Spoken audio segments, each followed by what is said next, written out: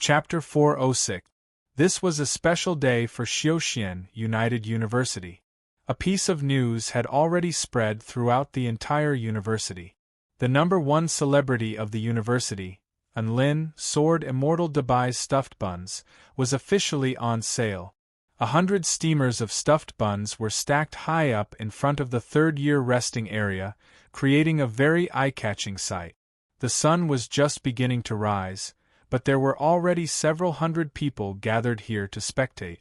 It had to be said that Anlin's stuffed buns had been very effective in promoting the university, and all the students were very enthusiastic about them. Beneath the frying pan, the great holy flame was burning fiercely, and white steam rose up from the frying pan like a swimming dragon. The stuffed buns hadn't even been cooked yet, but the crowd was already engaged in heated discussions. In particular, they all drew a sharp intake of breath when they saw the price tag on the wooden board in front of the stuffed buns. Debai ignored buns. 1,000 spirit stones per steamer. Holy F***ck, classmate Anlin must be crazy poor, 1,000 spirit stones per steamer? 1,000 spirit stones is enough to buy a decent spirit pill, but these stuffed buns are also so expensive. Does he think we're all idiots with too much money? I told you classmate Anlin's brain was damaged by divine lightning during his tribulation transcendence, but you didn't believe me. Now you believe me, right? Haha, let's just watch the show and see if any idiots with too much money will come to buy these stuffed buns. Senior Anlin is probably facing some financial difficulties, so he's indirectly asking us for donations, right? The crowd was in heated discussions, but most of them were either incomprehensible or mocking. Anlin was focused on controlling the fire, and he completely ignored the heated discussions. After all, his favorite thing to do was to slap these people in the face with stuffed buns. He was very confident about this, and he was sure that these spectators wouldn't be able to laugh in 2 hours. More and more people came, and before they knew it, there were already over 1,000 people gathered in front of the restaurant. Some of them were amused by the strange way in which the stuffed buns were steamed, while others were shocked by the astronomical price tag of 1,000 spirit stones. Senior Anlin, I don't care how your stuffed buns turn out, I'll definitely buy them. God and you're our faith. I'm going to buy Debai ignored buns. 1,000 spirit stones is nothing. I'll just take it as one less white skin pill. The diehard fans also arrived one after another, shouting loudly to show their support. Some rational people shook their heads and sighed. Even if there were rumors that Debai's steamed buns were very delicious, they shouldn't have been worth 1,000 spirit stones per steamer. This was already far beyond the price of steamed buns. Amidst the increasingly heated discussion, Anlin began to look at the surrounding students. He pointed to the spot in front of him and shouted, "You're the one who's going to take the test. The buns are ready. Those who want to buy them, come here and line up." Most of the students couldn't help but burst into laughter upon hearing this. Did he really think that there were so many stupid and rich students? Did he really think that there would be people lining up to buy buns at such an exorbitant price? Could it be that he had lost his mind? But at this moment, a black shadow rushed over at lightning speed. They were so fast that the strong wind they brought with them even pushed back the students at the side. I came here first, don't cut in line. F***ck, don't you have any shame? I clearly arrived first. Stop squeezing, you're going to squash me to death. Within a second, there were over 100 students who had formed a line out of nearly 1,000 students. All the other students were dumbstruck. What was going on? What were these people fighting over? Even some of the diehard fans were confused. They had only planned to buy a steamer to show their support, but what was going on with these students who had lined up in a second and were even fighting over the buns? Boss, give me 100 steamers of steamed buns. An extremely beautiful girl with short pink hair raised her hands high into the air as she yelled loudly. F***ck. 100 steamers at once? All the other students almost blacked out. Were they F***king giving them no way out? My God, has Goddess Lu gone crazy? That's 100,000 spirit stones. This doesn't make sense. This is most likely Goddess Lu cooperating with Senior and Lin to advertise. Do you advertise by selling your items to the same person all at once? Senior and Lin doesn't need to earn money? He doesn't need to attract other people to his products? And Lin rolled his eyes as he looked at Lu Qianhuan, who was at the very front of the line. Each person can only buy 2 steamers. His words instantly caused a stir in the crowd. Lu Qianhuan glared at An Lin. Then I want 2 steamers. I also want 2 steamers, a male student behind her chimed in. I also want 2 steamers, someone else yelled. Boss, give me 3 steamers and I'll give you 4,000 spirit stones, a female student yelled excitedly. And Lin pursed his lips. I'm an honest man who sincerely wants to run a business. Even if you offer 10,000 spirit stones per steamer, I can only sell you 2 steamers. Everyone. Just like that, a peculiar scene unfolded. Over 80% of the students in the queue chose to buy 2 steamers. And Lin decided to eat the last 2 steamers for himself and not sell them. Dabai ignored them, and all the buns were sold out in a mere 10 minutes. The dozens of students in the queue behind him wailed in remorse as they blamed themselves for not moving faster.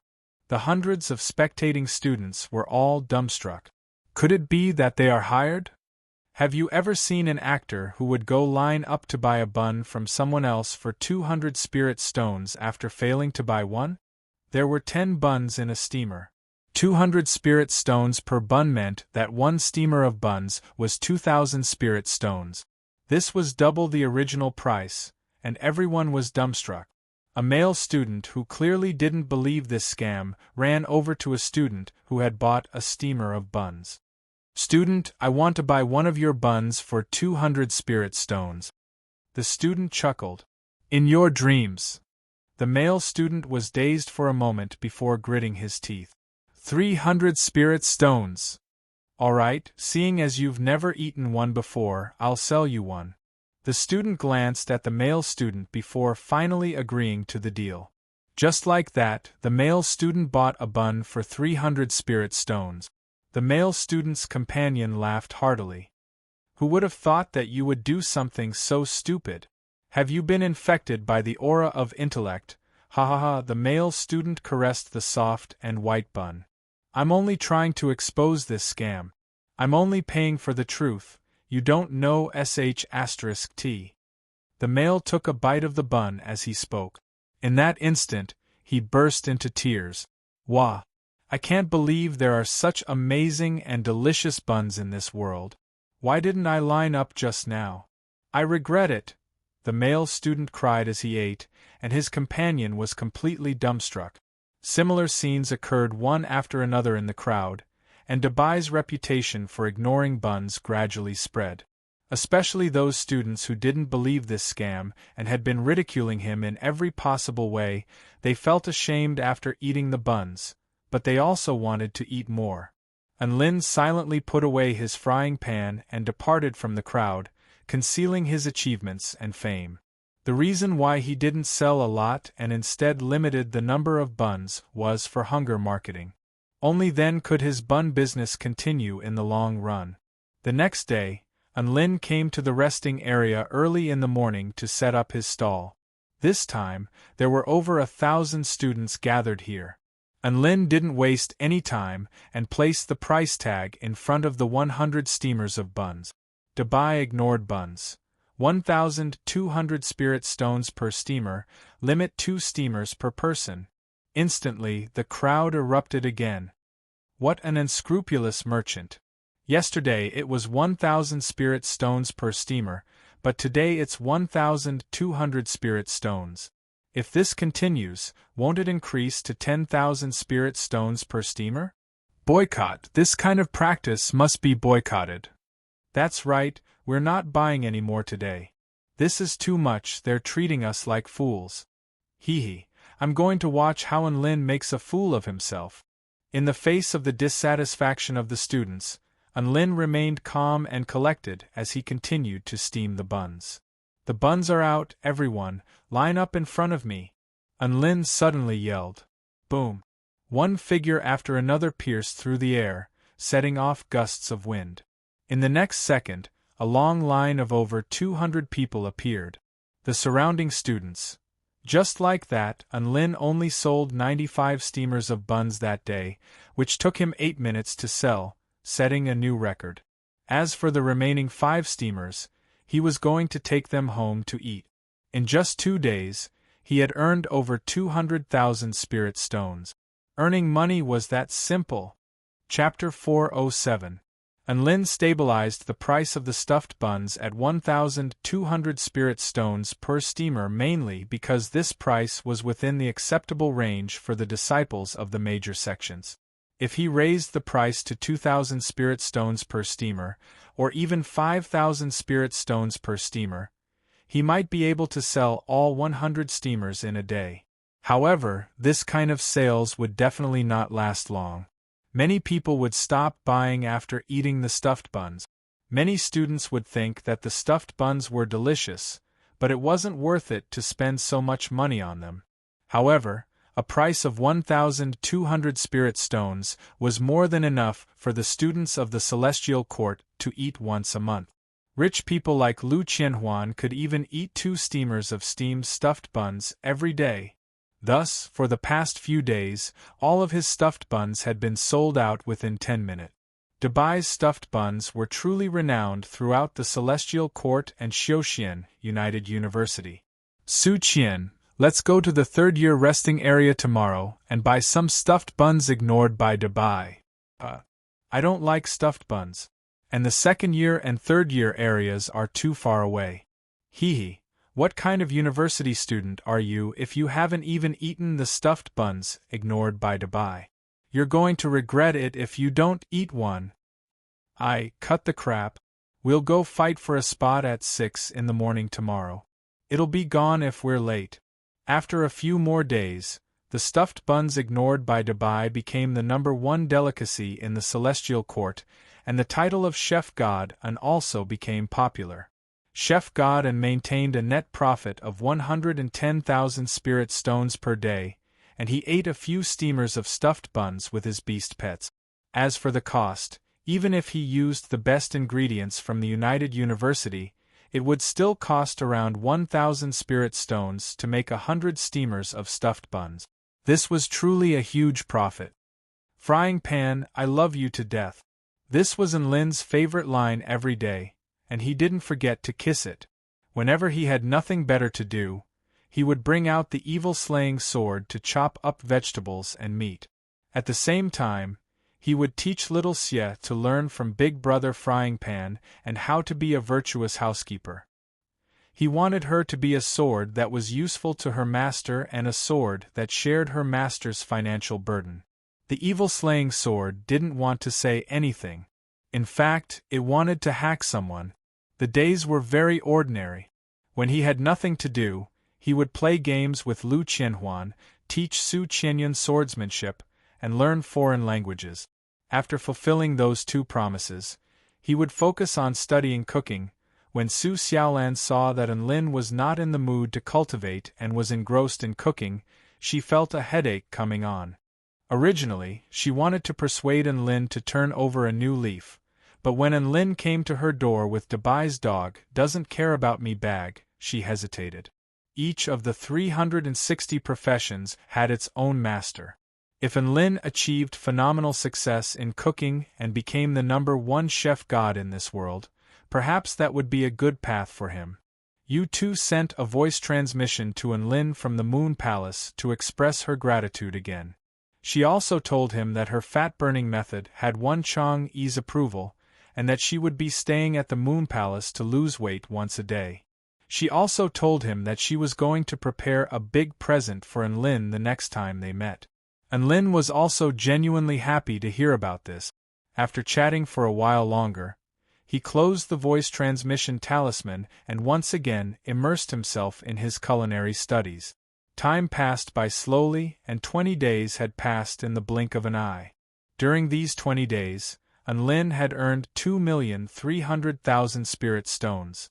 There were close to 50,000 students, So even if only one of the 5 students bought a steamer, he would still be able to earn 12 million spirit stones. Furthermore, that was only a conservative estimate, and the actual number was definitely much higher than that. Within a year, Unlin would definitely be filthy rich. One morning, over 100 students arrived at the entrance of the third-year area as per usual, but they suddenly recalled that Unlin had told them the day before that the restaurant would be temporarily closed, and they all left with disappointed expressions. That's right, Unlin had something important to do today. He had to return to the Vermilion Bird sect with Su Xiaolan. As for his application for leave, he brought 20 steamers of stuffed buns to the principal's office, and Vice Principal Yu Hua gladly approved his application. It was a smooth and convenient process. Xiao Hong, Xiao Chou, and Dabai couldn't leave Enlin's side, and they shamelessly followed behind him. Wherever Enlin went, they followed. Enlin's expression was filled with melancholy. He didn't think that he would be able to win over the hearts of his 3 beast pets with his frying pan.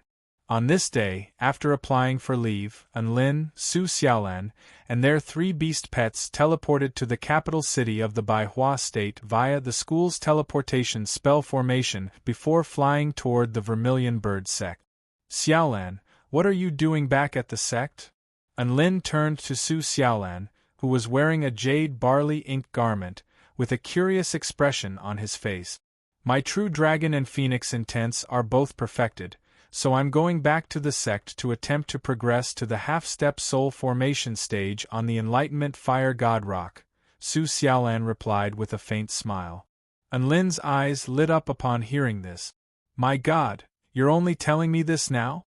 Do you still see me as a friend? Su Xiaolan pursed her lips. I'm only trying to awaken my domain, so there's no guarantee that I'll succeed. If you hadn't asked me about this, I wouldn't have told you. It would be very embarrassing if I failed. Enlin was ecstatic. You'll definitely succeed. When the time comes, you'll be the person with the highest cultivation base in our class aside from me. The corners of Su Xiaolan's lips curled up slightly as a vibrant smile appeared on her face. She looked into the distance and didn't reply to Enlin's words. Instead, she thought to herself, if I don't hurry up, the distance between us will only grow further and further. She was a proud person and didn't want to look up to the man beside her for the rest of her life. She wanted to be able to fly to the same height as the man beside her and see the same scenery. She wanted to even be able to help him. By the way, I'll help you get in through the back door. You don't have to hold a position in the Vermilion Bird sect, but you still have to be an in-name disciple of the Vermilion Bird sect. Without this status, the Holy Vermilion Flame won't acknowledge you, Su Xiaolan suddenly said. We'll do as you say.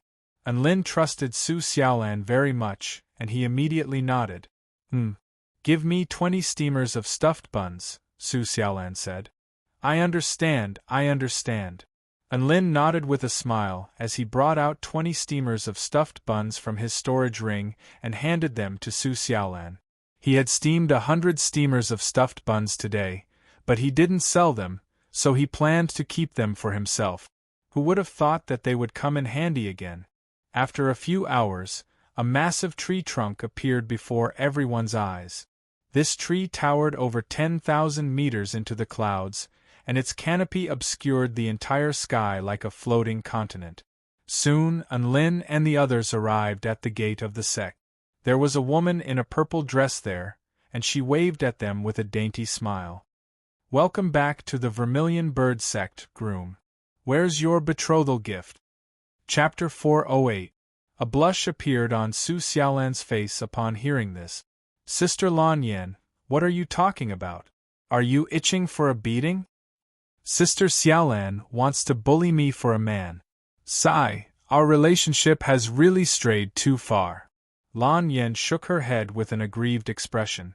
Enlin descended from the sky on Dabai's back and pulled out a steamer of stuffed buns from his storage ring before tossing them to Lan Yan. Lan Yan instinctively caught the steamer of stuffed buns before turning to Enlin with a perplexed expression. What are you doing? Didn't you say I didn't bring a betrothal gift? This is my betrothal gift, Unlin replied. Lan Yen was dumbstruck for a few seconds before bursting into laughter. Ha ha! Stuffed buns as a betrothal gift?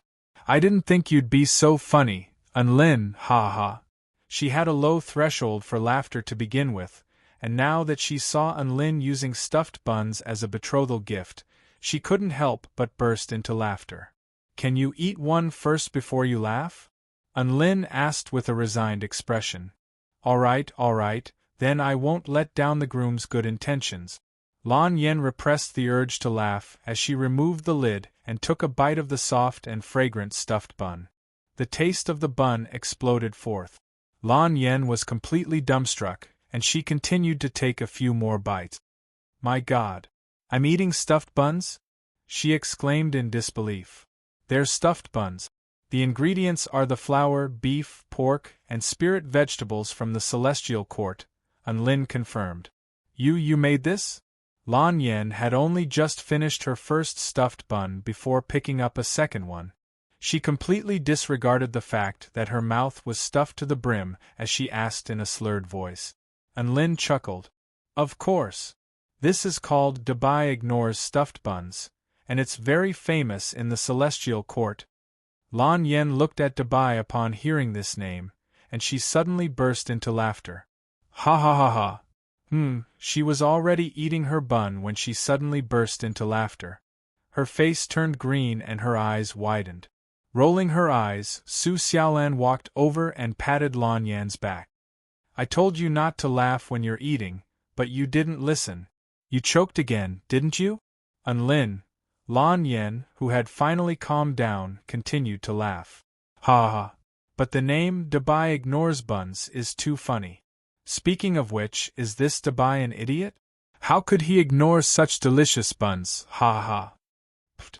This time, not to mention Lan Yen, even Enlin and Su Xiaolan burst into laughter. Dabai's eyes widened. Big brother and she's bullying dogs. Woof.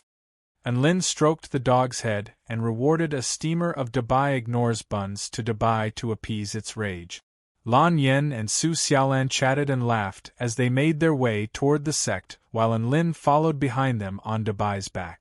Along the way, many sect disciples turned to look at them. Most of them were looking at the two beauties, but some of them were saying that Enlin looked a little familiar, and that dog was even more so. In the end, they came to a sudden realization when they saw the adorably ugly monkey. Holy F***ck. Isn't this the bully and who stole our goddess Su Xiaolan? Immediately afterward, Enlin drew a few hostile glares from time to time, which he enjoyed very much. He was thinking about when a villain would jump out to provoke him. After all, he hadn't had a chance to flex after progressing to the soul formation stage, so he needed some blind disciples to farm experience for him. Otherwise, there wouldn't be any sense of accomplishment in cultivating. However, things didn't go as planned. Aside from some hostile glares from the disciples, nothing else happened. Enlin followed Su Xiaolan into the inner courtyard of the sect. A wave of extremely comfortable flame energy rushed toward him, making his entire body feel at ease. On both sides of the path were maple leaves that were as red as fire, making them appear as dazzling as the clouds. A cool breeze blew past, and a few maple leaves could be seen dancing in the wind. They were like blazing fire fairies, slowly circling and dancing in the air. At the end of this path, there was a white pavilion that was over 100 feet tall. It was ancient and majestic, and a faint aura of energy revolved around it, making it appear as if a huge beast was crouching in the air. Junior sister, I'll wait for you at the Dao platform. Lan Yen waved her hand in farewell. Enlin knew that there was a Dao Enlightenment Fire God Rock at the Dao platform of the Vermilion Bird sect. If Su Xiaolan wanted to awaken her domain, that place would be very helpful. Elder Zhu Yuanzhou will be in charge of your matters later. His temper isn't very good, so remember to be polite to him. Su Xiaolan turned to Enlin and spoke softly. Don't worry, there's nothing that can't be solved with a steamer of stuffed buns. If there are, then I'll make 10 steamers. Enlin replied with a confident expression. Su Xiaolan rolled her eyes. If you really piss off Elder Zhu, then even 100 steamers of stuffed buns won't be enough. Soon, the two of them arrived at the pavilion and stood outside the door on the top floor. Two red-robed sect disciples stood outside the door with solemn expressions and powerful auras emanating from their bodies. They didn't even take a second glance at Enlin and the others. Su Xiaolan bowed respectfully outside the door. Vermilion Bird Sect disciple Su Xiaolan requests to see Elder Zhu. Haha, so it's you, Xiaolan. I've heard about you, come in. A hearty and coarse voice sounded from within the door. The door opened on its own, and Enlin was greeted by the sight of a middle-aged man with crimson hair and a bright smile on his face. You must be Su Xiaolan's good friend, Enlin, am I right? Elder Zhu asked with a smile. Enlin immediately bowed respectfully. Junior Enlin pays his respects to Elder Zhu. Elder Zhu chuckled and stroked his long beard with a hint of a smile on his face. I heard that you want to obtain the holy flame of our sect? Why don't you officially join our Vermilion Bird Sect and become a core disciple? That way, you'll be able to get close to us, Enlin faltered upon hearing this. Why did this make him feel as if he had been caught red-handed? He was feeling a little panicked. Before he could recover from his shock, Su Xiaolan immediately flared up with rage. Elder Zhu, I've already arranged for him to become an in-name disciple of the sect. Don't go back on your word. Elder Zhu didn't get angry in the face of Su Xiaolan's rebuke. Instead, a smug expression appeared on his face. See, Enlin hasn't even said anything yet, and you're already siding with him? Su Xiaolan blushed upon hearing this, and she opened her mouth to say something. In the end, she decided not to waste her breath on him and brought out 20 steamers of stuffed buns from her storage ring. Slap! The 20 steamers of stuffed buns were stacked neatly on the ground, reaching all the way to the ceiling. Elder Zhu blinked with confusion at the sight of the tall pile of stuffed buns. Xiaolan, what are you? These are gifts that Enlin brought for you. 10 steamers are for you, and the other 10 are for the sect leader. Su Xiaolan snapped. Elder Zhu laughed heartily upon hearing this. Enlin sure is an interesting person. This is the first time I've seen someone give stuffed buns as a gift. Alright, I'll give it a try. He shook his head. He couldn't blame his junior for being inconsiderate, so he just treated it as a joke. Elder Zhu took a bite of most of the stuffed buns and was just about to compliment them on how delicious they were when his body suddenly shuddered and he began to chew like crazy. He looked at Enlin in shock before turning to look at the calm and collected Su Xiaolan before continuing to eat his stuffed buns. 1 minute later, the entire steamer of stuffed buns had been devoured. My dear niece, my big brother isn't at the sect, so I'll be taking all of these stuffed buns in case they go bad. Elder Zhu chuckled as his eyes lit up, and he instantly stowed all 19 steamers of stuffed buns into his storage ring. Su Xiaolan shot a glance at Elder Zhu and harumphed lightly. This is the first time I've heard that food can go bad after being stored in a storage ring, Elder Zhu blushed as he waved his sleeve. I'll take care of Mr. Enlin, so there's no need for you to give the stuffed buns to the sect leader. Enlin suddenly felt like there was a lot of information to take in as he listened to this conversation. Niece? Big brother? No wonder he felt like the conversation between Su Xiaolan and Elder Zhu was a little strange. So the two of them were King relatives. Even the sect leader was Su Xiaolan's uncle. Enlin couldn't help but look up into the sky as he heaved a forlorn sigh. In this materialistic society, no matter where he went, he would meet a group of people who came from connections. Pure geniuses like him were rare. Chapter 409. Not long after that, Enlin followed Elder Zhu to the Vermilion Bird Sect's oath tree and officially became an in-name disciple of the Vermilion Bird Sect. Enlin chose to become an in-name disciple because he had a very high degree of freedom. No one would take care of him, and he didn't have to bear any responsibilities. To put it even more bluntly, an in-name disciple of the sect was a child that no master was willing to teach. Under normal circumstances, an unnamed disciple didn't even have the right to enter the main sect. They could only work for some external branches of the sect and leave with a basic body refinement mantra to play with. But no matter what, Unlin was now a member of the Vermilion Bird sect, and he was the number one unnamed disciple of the Vermilion Bird sect. Apparently, the number two unnamed disciple of the Vermilion Bird sect had already reached the 9th stage Tao body and was about to become an official disciple of the sect. Boom! A flame seal suddenly fell from the sky and attached itself onto Unlin's body. He could feel that he was being protected by some kind of mysterious power. This was the power of the Holy Flame, which meant that he was now a member of the Vermilion Bird sect and was being protected by the Holy Flame of the Vermilion Bird. Next, you have to go to the Vermilion Bird trial grounds and obtain the projection of the Vermilion Bird Flame Wing. Only then will you have the right to come into contact with the Holy Flame of the Vermilion Bird, Elder Zhu said slowly as he chewed on a bun.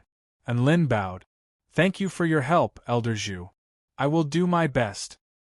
Unlin, the Vermilion Bird Trial Grounds is an alternate dimension with many powerful mutant beasts and dangerous restricted areas. You have to prioritize your own safety and don't force yourself, Su Xiaolan cautioned. Go to the Dao platform and wait for my successful return.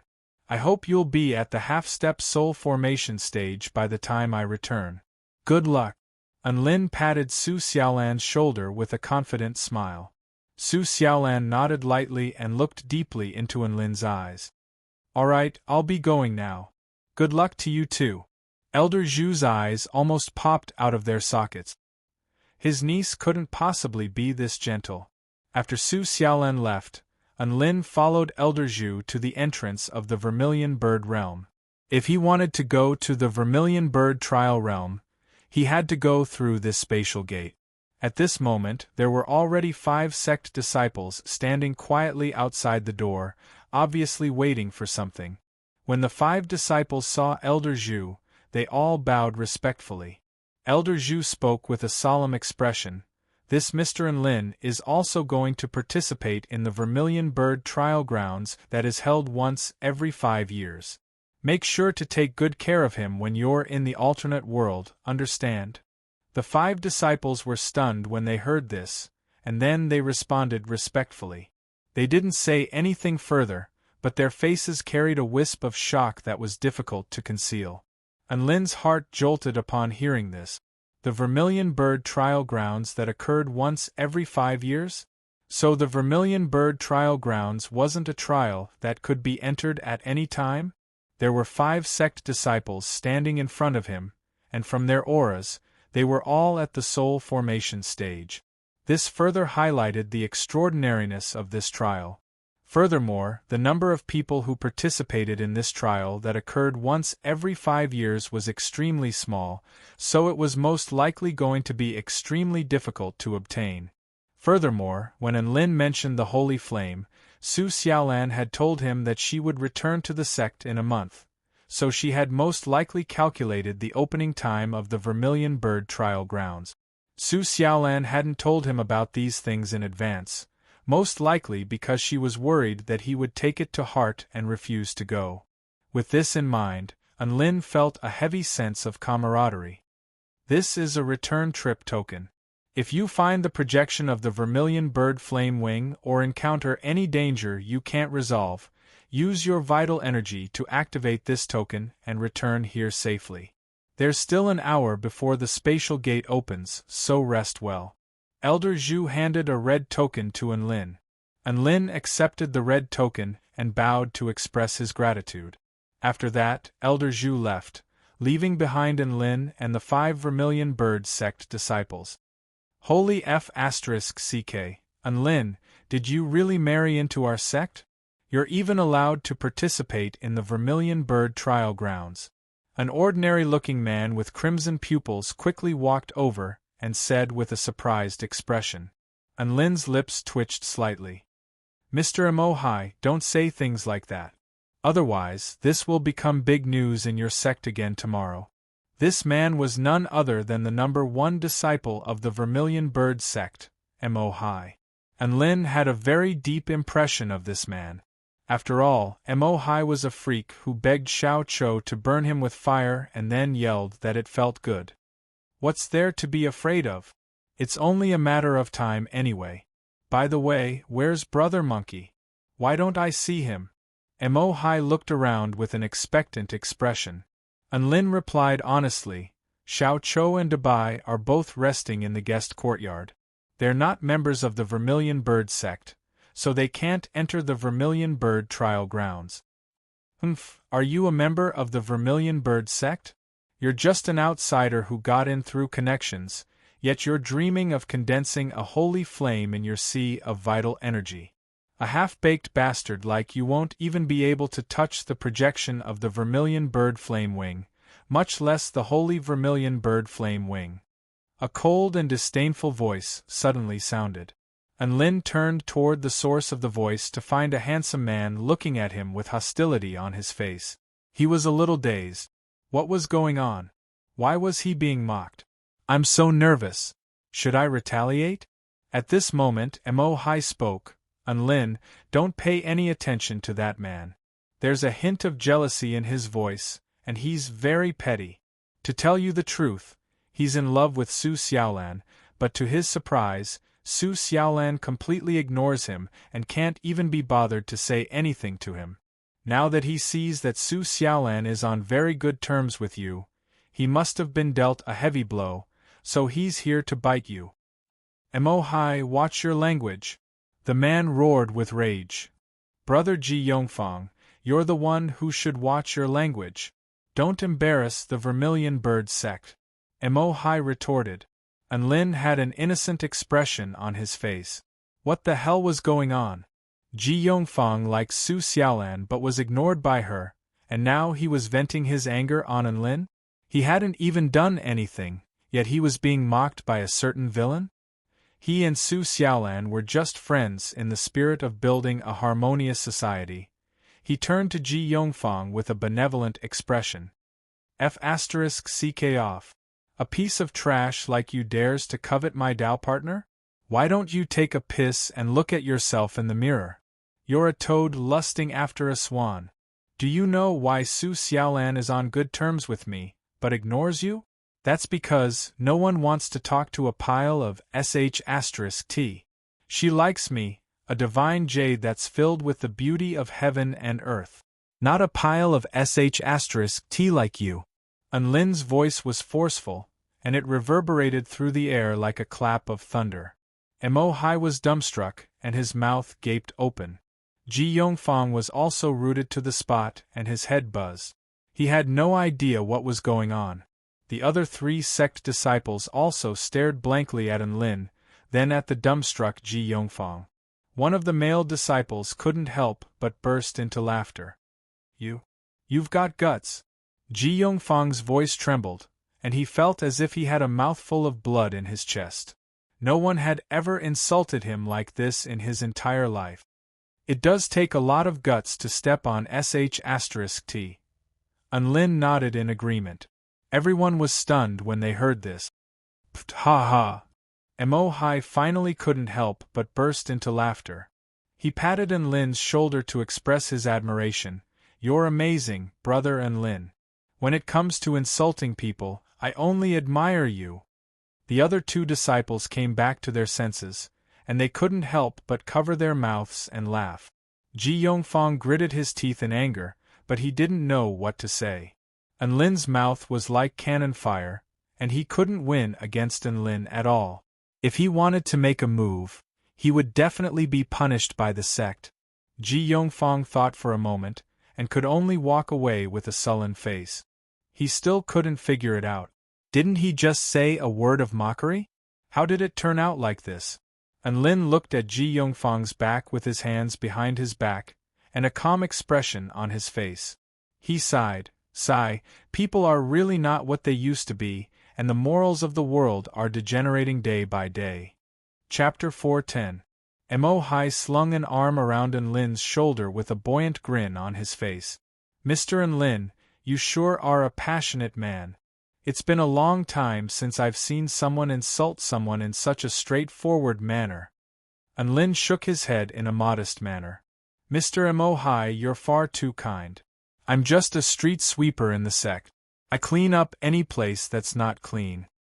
Mo-Hai faltered for a moment before a look of admiration appeared on his face. At this moment, a handsome male disciple made his way over and saluted Unlin. I am Lu Jiaji of the Vermilion Bird sect. Greetings, Mr. Unlin. Mr. Lu Jiaji, it's an honor to meet you. Unlin returned the salute with a gentlemanly salute. Mo-Hai wanted to laugh upon seeing Unlin's reaction. The contrast was far too stark. Brother Lu Jiaji is a prodigy second only to me in the sect. He reached the soul formation stage at 26 and the soul formation intermediate stage at 32. He's a very powerful cultivator, Mo-Hai introduced to Unlin. Lu Jiaji's lips twitched upon hearing this. He couldn't stand people like Mo-Hai who would compliment themselves while introducing others. Unlin nodded excitedly upon hearing this. That's indeed very impressive. I only reached the soul formation stage at 20. I'll be in your care in the future. Mo-Hai, Lu Jiaji. By the way, Mr. Mo-Hai was only at the half-step soul formation stage 2 years ago. How old were you? Unlin asked curiously. Mo-Hai rolled his eyes. Mr. Unlin, you're doing this on purpose, aren't you? He reached the soul formation stage at 23. Lu Jiaji cleared his throat with a vengeful smile on his face. Hee, now you know what it feels like to be flexed by someone else. Sigh. As expected of the number one prodigy of the celestial court, Unlin. Only someone like you is worthy of junior sister Su Xiaolan. Mo-Hai shook his head and sighed. Oh right, Su Xiaolan said that she's already condensing holy flames in her sea of vital energy. According to the rule that the Vermilion Bird trial grounds only open once every 5 years, doesn't that mean she came to the Vermilion Bird trial grounds 5 years ago? Why are you so late? Unlin was a little puzzled. Mo-Hai rolled his eyes at Unlin. Fellow Taoist Unlin, are you addicted to striking people down? Unlin blinked his innocent eyes. This time, he really didn't do it on purpose. Lu Jiaji explained with a smile. Junior sister Su Xiaolan possesses an extremely pure divine phoenix bloodline. She doesn't need to look for the projection of the Vermilion Bird flame wing when she enters the Vermilion Bird trial ground. Those flame wings will automatically float toward her, so the trial is not difficult or dangerous for her at all. She only needs to stand on the spot after she enters. Holy sh*t, so scary? That's practically cheating. Unlin's eyes widened in shock. Lu Jiaji smiled mysteriously at Mo-Hai. Actually, junior brother Mo-Hai's bloodline isn't inferior to junior sister Su Xiaolan's divine phoenix bloodline. It's just that his bloodline isn't very compatible with the projection of the Vermilion Bird flame wing. However, after junior sister Su Xiaolan received Xin Yin's inheritance and successfully awakened her true dragon bloodline, she has fused the dragon phoenix bloodline and is slightly superior to senior brother Mo-Hai. Perhaps in a few years, the number one prodigy of the Vermilion Bird flame wing will change hands. Mo-Hai was at a loss for words upon hearing Lu Jiaji's words. He could only heave a forlorn sigh. Senior disciple Lu, please don't say anything else. If worse comes to worst, I won't have to say things like, you're second only to me, when I introduce you next time, all right? Unlin was listening intently and interjected. If the two of you are so powerful, then what's Ji Yongfang's ranking? Him. A disdainful expression appeared on Lu Jiaji's face. He's barely in the top 10 of the younger generation.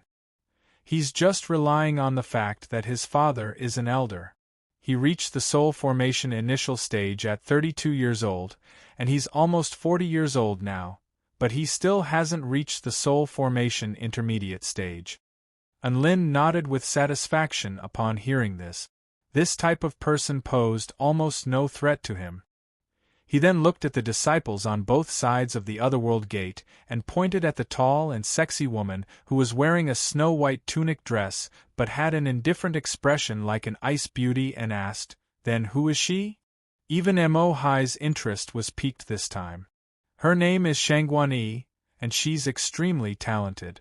She reached the soul formation stage at 28 and the soul formation intermediate stage at 35. She's very powerful among the younger generation, but she's a weirdo." And Lin was curious. "Oh? How so?" "The entire sect is playing with fire, but she's the only one playing with ice." Mo Hai spoke with a peculiar expression. "And Lin, how admirable!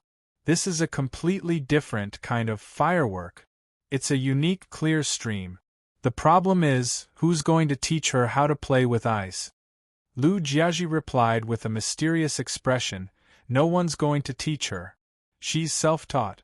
According to her, she'll be able to attain the true intent of the Tao of Ice just by watching us play with fire." And Lin swallowed nervously. What was a freak? This was what a freak should be.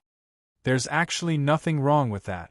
If you guys go overboard and start a fire, she can still be a firefighter. And Lin chuckled. Lu Jiaji, Mo Hai, and Lin then turned to the last man. This man appeared to be around 15 to 16 years of age. His eyes were empty and soulless, and he looked up at the clear blue sky as if there was nothing around him that could attract his attention. Mo Hai introduced, "That man's name is Yang Yuan, and he's the #1 prodigy in the sect. He's already over 200 years old." And Lin was shocked to hear this. The #1 prodigy in the sect? He's already over 200 years old. Why is he only trying to condense the holy flame in his sea of vital energy now? A complex expression appeared on Mo Hai's face. He looked down on the holy flame in the beginning and wanted to create his own unique true flame.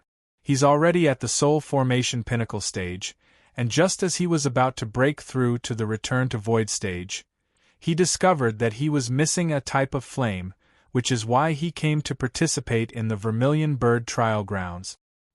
He should become an elder of our sect in half a month's time. And Lin's eyes widened as he listened to this. He suddenly felt like there was a lot of flexing going on in life. He looked down on the holy flame of the Vermilion Bird. Would you believe that? Everyone was playing with fire, but she insisted on playing with ice. Would you believe that? A toad lusting after swan meat. Would you believe that? And Lin felt like he shouldn't be complacent. He should learn from these seniors and continue to create glory on his path to the pinnacle of life. Boom! Right at this moment, the crimson spatial gate suddenly began to tremor violently. The spatial passageway to the Vermilion Bird trial grounds has opened. Mo Hai exclaimed with excitement. At the same time, An Lin, Ji Yongfeng, Lu Jiaji, Shangguan Yi, and Yang Yuan all turned to look at the spatial gate. The red ripples emitted a clear and crystalline light, appearing transparent and full of movement. Ji Yongfeng shot a cold glance at An Lin before stepping into the spatial passageway.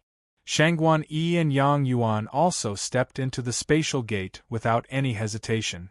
"Let's go as well," Mo Hai said with a smile. "Mr. An Lin, the Vermilion Bird trial grounds are extremely perilous. Remember to prioritize your own safety no matter what you do.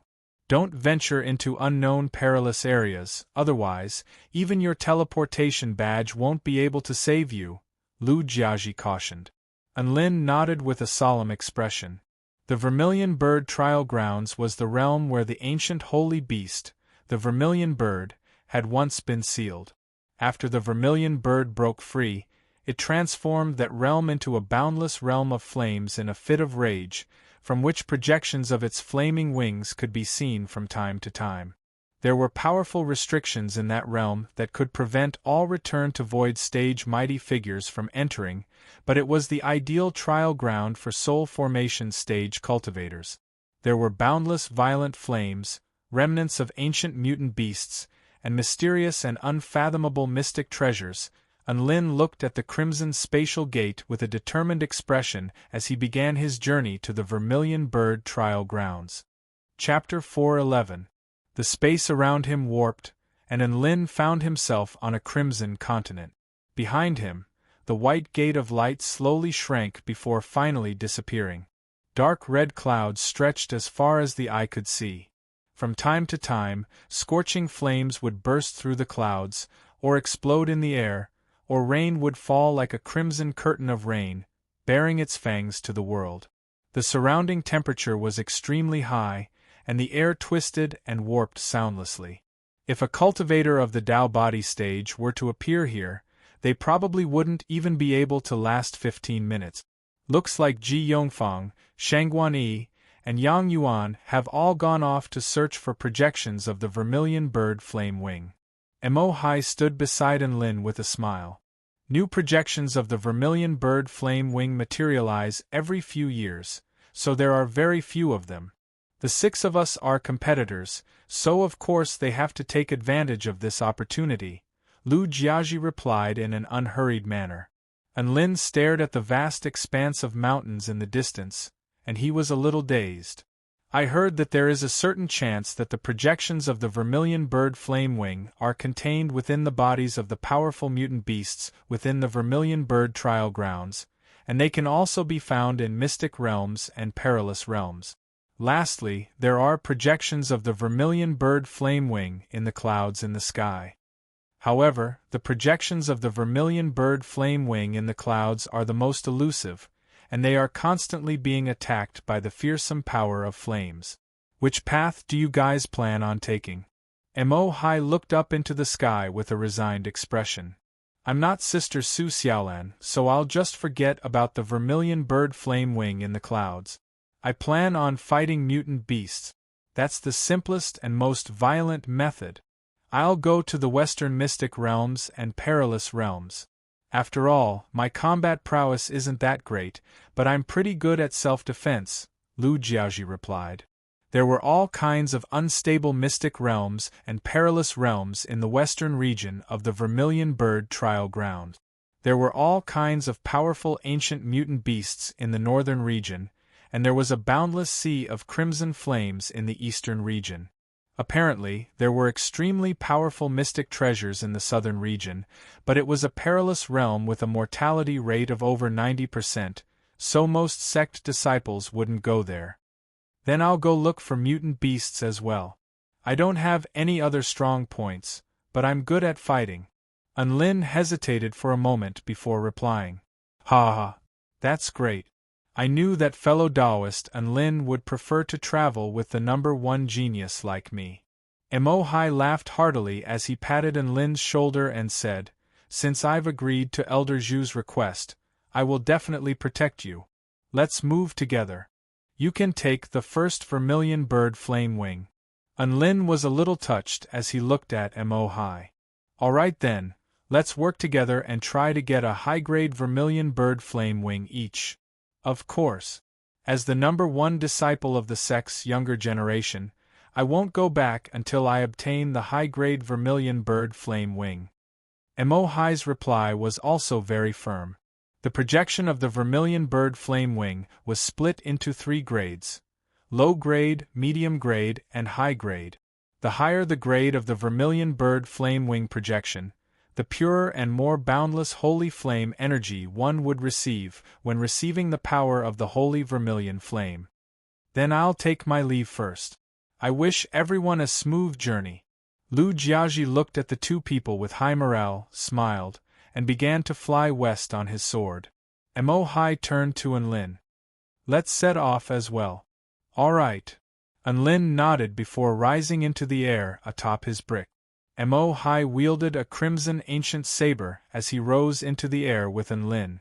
The 2 of them transformed into 2 streaks of light as they flew toward the northern region of the Vermilion Bird Trial Grounds. Enlin looked down into the distance, searching for any mutant beasts that might appear. The mutant beasts that appeared here didn't have a clear cultivation base. The only way to gauge their strength was through the purity of their flames. These mutant beasts were all fire-type mutant beasts, spirit fire mutant beasts, earth fire mutant beasts, and heavenly fire mutant beasts. Mortal fire mutant beasts were the most ordinary mutant beasts and didn't have the projection of the vermilion bird flame wing within their bodies. Spirit fire mutant beasts had a certain probability of containing a low-grade projection of the vermilion bird flame wing within their bodies. Earth fire mutant beasts had a certain probability of containing a mid-grade projection of the vermilion bird flame wing within their bodies, and heavenly fire mutant beasts had a certain probability of containing a high-grade projection of the vermilion bird flame wing within their bodies. Mo-Hi's target was none other than the heavenly fire mutant beast. Even though his cultivation base was only at the soul formation initial stage, he had already brought along a mystic treasure of the sect, so he was determined to obtain a heavenly fire mutant beast. Meanwhile, Unlin was trying to gather more holy flames in his sea of vital energy in order to feed in Kiran to his heart's content, so he also wanted to try and obtain a high-grade projection of the vermilion bird flame wing. Rumble. Not long after, the ground suddenly began to tremor as if a wave of flames was approaching from the distance. Unlin looked down to discover a vast expanse of yellow flames sweeping toward them with an extremely powerful aura. Those are explosive flame rats that feed on earth fire. They're normal fire-type spirit beasts, so we can ignore them. Mo-Hi couldn't be bothered to look at them anymore as he turned his attention elsewhere. Unlin looked down with interest at the wave of flames that was approaching them. Hundreds of purple rats that were even larger than cows with their bodies burning with flames surged through the air like a moving carpet of flames. It was quite an interesting sight to behold. Unlin and Mo-Hi flew further and further away, encountering perilous situations such as dark flame winds and heavenly meteor flames. They were even attacked by a flock of flying flame birds, but they were all nullified by their powerful abilities. 2 hours later, they arrived at a cluster of majestic mountains. Each of the mountains here was several thousand meters tall, and some of them even reached into the clouds of flames, making it impossible to tell how tall they were. Boom! A violent explosion suddenly erupted between heaven and earth. A mountain in the distance suddenly erupted with a vast amount of crimson lava. A series of rocks covered in lava fell to the ground like balls of crimson fireworks, transforming the ground within a radius of several kilometers into a barren wasteland. Powerful mutant beasts usually reside in places with violent volcanic activity. Come on, let's go and have a look. Mo-Hi's eyes lit up upon seeing this, and he flew toward the direction of the erupting volcano on his saber. Unlin followed behind Mo-Hi, admiring the beautiful scenery that resembled the end of the world. The two of them drew closer and closer to the center of the erupting volcano, and in the end, they were less than 10,000 meters away from it. Wait, I see a black crystal flame python. Mo-Hi suddenly stopped flying and signaled for Unlin to descend slowly. The erupting volcano was still in progress, and a resounding boom reverberated throughout heaven and earth. However, the two of them descended soundlessly. Mo-Hi pointed toward a certain direction in the northeast, and he said excitedly, "Do you see that? There's a python that looks very similar to the rocks on the mountain halfway up the mountain 1.5 kilometers away." Unlin was initially confused, but he looked in the direction that Mo-Hi was pointing, and sure enough, he saw a black python over 1,000 feet in length coiling around the mountain. It was looking in the direction of the erupting volcano, and its aura was completely concealed. Fortunately, Mo-Hi was extremely sensitive to the fluctuations of the aura of flames. Otherwise, he wouldn't have been able to discover this python. This was because its color was no different from the rocks on the mountain, and even its pupils were black. The two of them concealed their auras as they slowly approached. This black crystal flame python is an earth fire mutant beast, and its power is comparable to that of a soul formation stage cultivator. We can't act rashly. We have to plan carefully and find the right opportunity to strike, Mo-Hi said in a low voice. Unlin nodded with a solemn expression. All right. A gratified smile appeared on Mo-Hi's face, and he was just about to explain the battle plan. Bam! A violent sonic boom suddenly erupted. A figure with a pair of white wings of wind pierced through space at a speed that was inconceivable to the naked eye. The black longsword in its hand was shimmering with white winds, and it was exuding an astonishing sharpness. It covered a distance of several thousand feet in an instant. The black crystal flame python opened its eyes and looked toward a certain direction with shock and horror on its face. Black crystalline flames had only just erupted from its body when the oncoming streak of white light transformed into a dazzling white line that flashed through the air. Boom! The python's massive head was sliced in half, and blood gushed forth like a rain of flames as its life force was completely severed.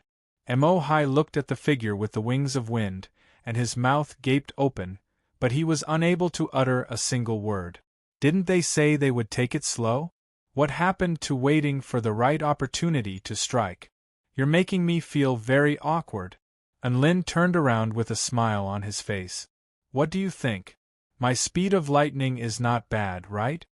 Mo-Hai's lips twitched slightly before he nodded with a hint of admiration. Mr. Enlin, your speed of lightning is truly impressive. Chapter 412. You're far too kind, Mr. Mo-Hai. Enlin smiled lightly. This kind of situation had happened far too many times, so he was already used to it. Mo-Hai made his way over to the black crystal flame python before slicing its body open with his saber. A ball of flames in the shape of a crimson wing burned brightly within the python's body. Pure flame power rippled outward, creating an invigorating sight to behold. You're quite lucky to have found an intermediate-grade projection of the vermilion bird flame wing on the first Earth Fire mutant beast. Here, Enlin, take it and absorb its energy. Mo-Hai handed the flame wing to Enlin with a smile. The flame wing couldn't be stowed away into storage rings, so each person could only take one flame wing with them when they returned to the vermilion bird sect. Their target was the high-grade projection of the vermilion bird flame wing, so they naturally chose to absorb the energy of these low-grade flame wings.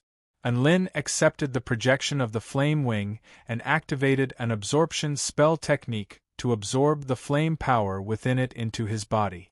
The flame wing was imbued with an extremely vast amount of flame power that was comparable to the effect of a top-grade spirit pill. After absorbing the flame power from the flame wing, his eyes became extremely bright, and the 4 divine flames within his body all received a slight boost. This flame wing really is good stuff. If we continue to hunt mutant beasts here and absorb these flame wings, I'm sure we'll be able to make a huge breakthrough in the Tao of flame power. Enlin exclaimed. Mo-Hai shook his head with a smile. Only you, Mr. Enlin, would say something like that. All of our sect disciples risked their lives to come to this forbidden area, and we'd be thanking the heavens if we could obtain an intermediate-grade projection of the vermilion bird flame wing.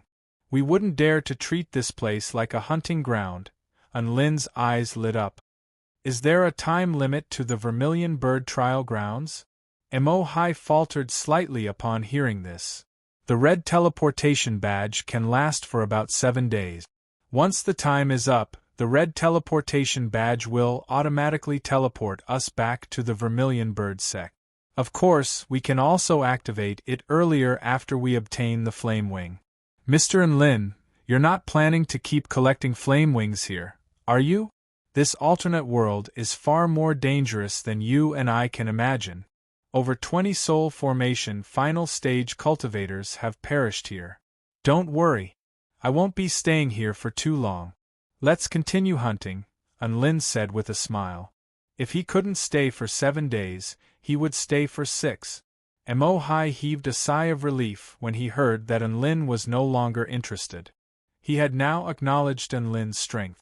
If the two of them worked together, even if they encountered a heavenly fire exotic beast, they might be able to kill it without using that priceless artifact. If there were no accidents, he would be able to collect 2 high-grade fire feathers in 4 days. The two of them didn't waste any more time. They soared into the sky again and went deep into the mountains. Unknowingly, another 20 hours had passed. The two of them had slain over a dozen spirit fire mutant beasts and 4 earth fire mutant beasts in total, which was quite a bountiful harvest, but they didn't encounter any heavenly fire mutant beast. Hua! A crimson saber projection over 100 feet in length imbued with terrifying flame power tore through the white flame tiger's flame domain, instantly slicing its massive body in half. Mo-Hai retracted his saber with a disdainful expression on his face. "You're just a little kitten, how dare you challenge me? What an ignorant fool!" Clap, clap, clap. And Lin applauded. "That's 70 points for acting tough. If you hadn't been looking at the tiger on the ground and had instead been looking at the sky, you would have gotten another 10 points. Mo-Hai nodded with a humble expression. "Thank you for your guidance, Mr. Lin. I'll be sure to pay more attention next time." Lin nodded with a gratified expression. During the boring mutant beast hunting journey, he would occasionally give Mo-Hai pointers on how to act tough. As such, Mo-Hai's acting tough skills had improved by leaps and bounds during this period of time. Mo-Hai absorbed the flame power of the vermilion bird flame wing projection and nodded with satisfaction. "Let's go and continue searching for heavenly fire mutant beasts." And Lin didn't move. Instead, he stared at the white flame tiger's white flesh with hints of gold. He calculated the time and realized that it was about time for his frying pan to recover its power. He couldn't let this opportunity to cook go to waste. After all, this was an extremely delicious dish. "Mr. Lin, what's wrong?" Mo-Hai asked curiously at the sight of Lin's strange expression. "Huh!" Lin came to his senses and asked with a serious expression, "Mr. Mo-Hai, are you hungry?" Mo-Hai shook his head. "I'm a soul formation stage cultivator. I won't be affected by not eating for a few days." Lin nodded. "As long as you're not hungry, I'm going to cook a portion of tiger meat first. I'm warning you, don't try to steal my meat later." He walked toward the white flame tiger with his evil slaying sword in hand as he spoke. Mo-Hai stared at Lin with a confused expression. "You're going to cook tiger meat now? You're scared that I'm going to steal your meat? Are you kidding me? What the hell are you thinking?" Lin ignored Mo-Hai's words and brought out his frying pan from his storage ring. He started a fire and tossed the white tiger meat into the air. His evil slaying sword transformed into a series of black shadows as it sliced the huge piece of meat into several hundred well-proportioned and translucent pieces of meat. The pieces of meat then fell into the frying pan and began to stir-fry.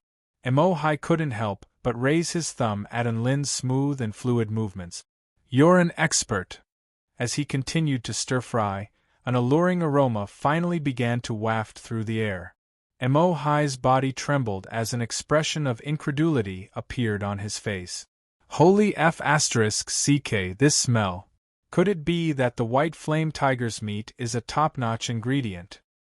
Hee, the flame-vanquishing white tiger is only a slightly better ingredient at most.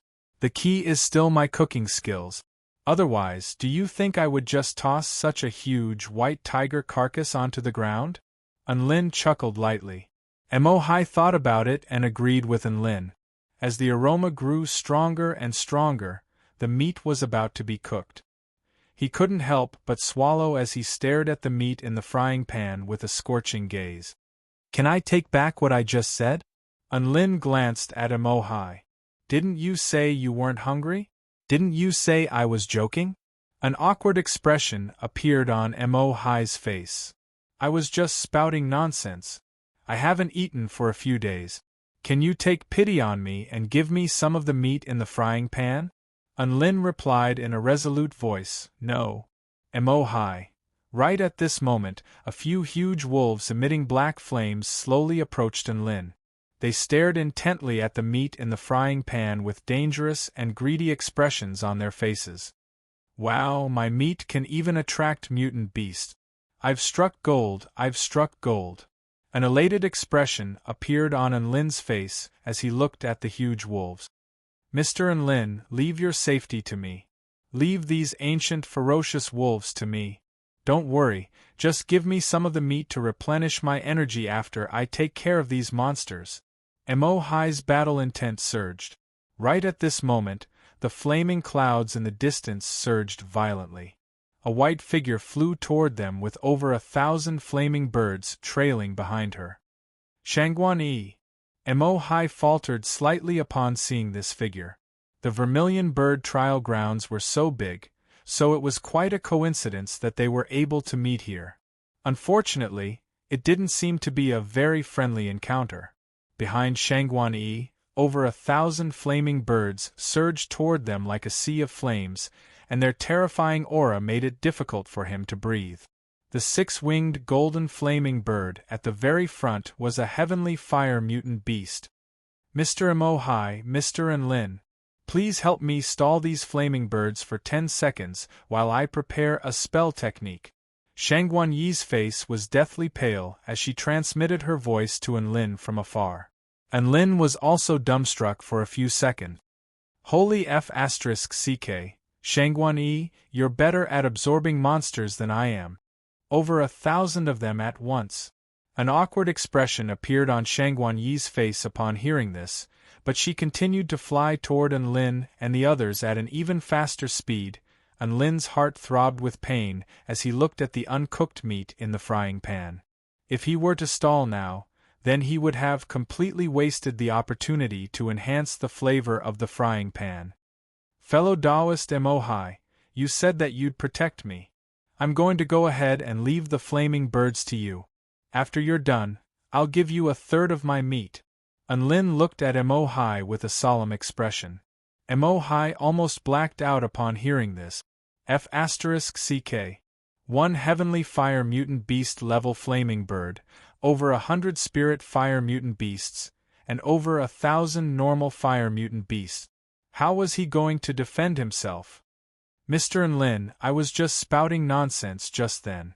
Can you just pretend I didn't say that?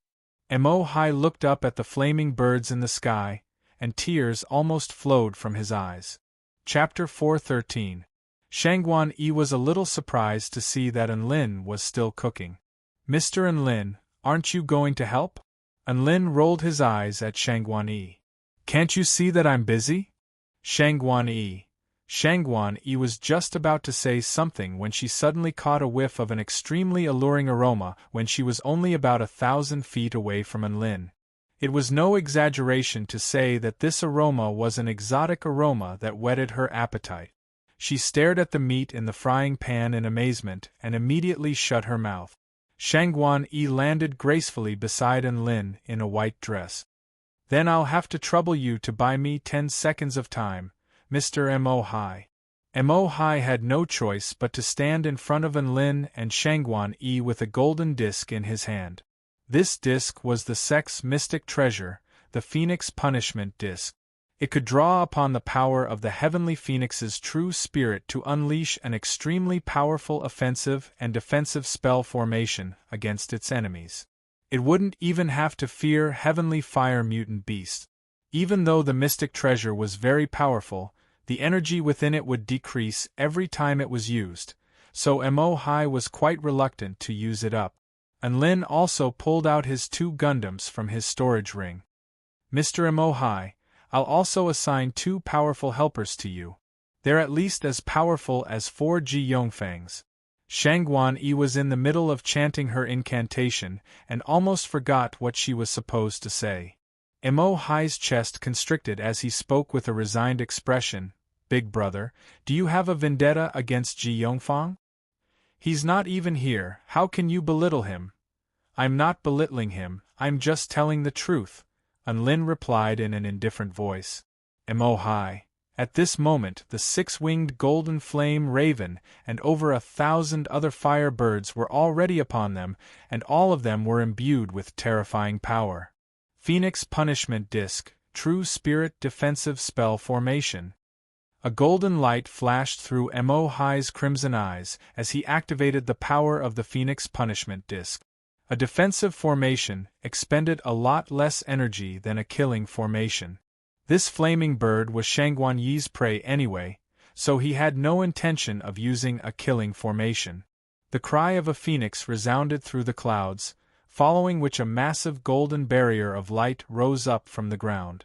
With Mo high at the center, it enveloped everything within a radius of 1,000 feet. Boom! Thousands of flaming birds crashed into the golden light barrier like a raging inferno, causing a deafening explosion.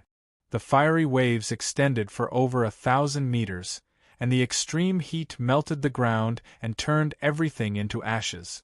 Countless ancient runes floated above the golden defensive array, and an ancient and desolate energy reverberated in the air, completely resisting the terrifying impact.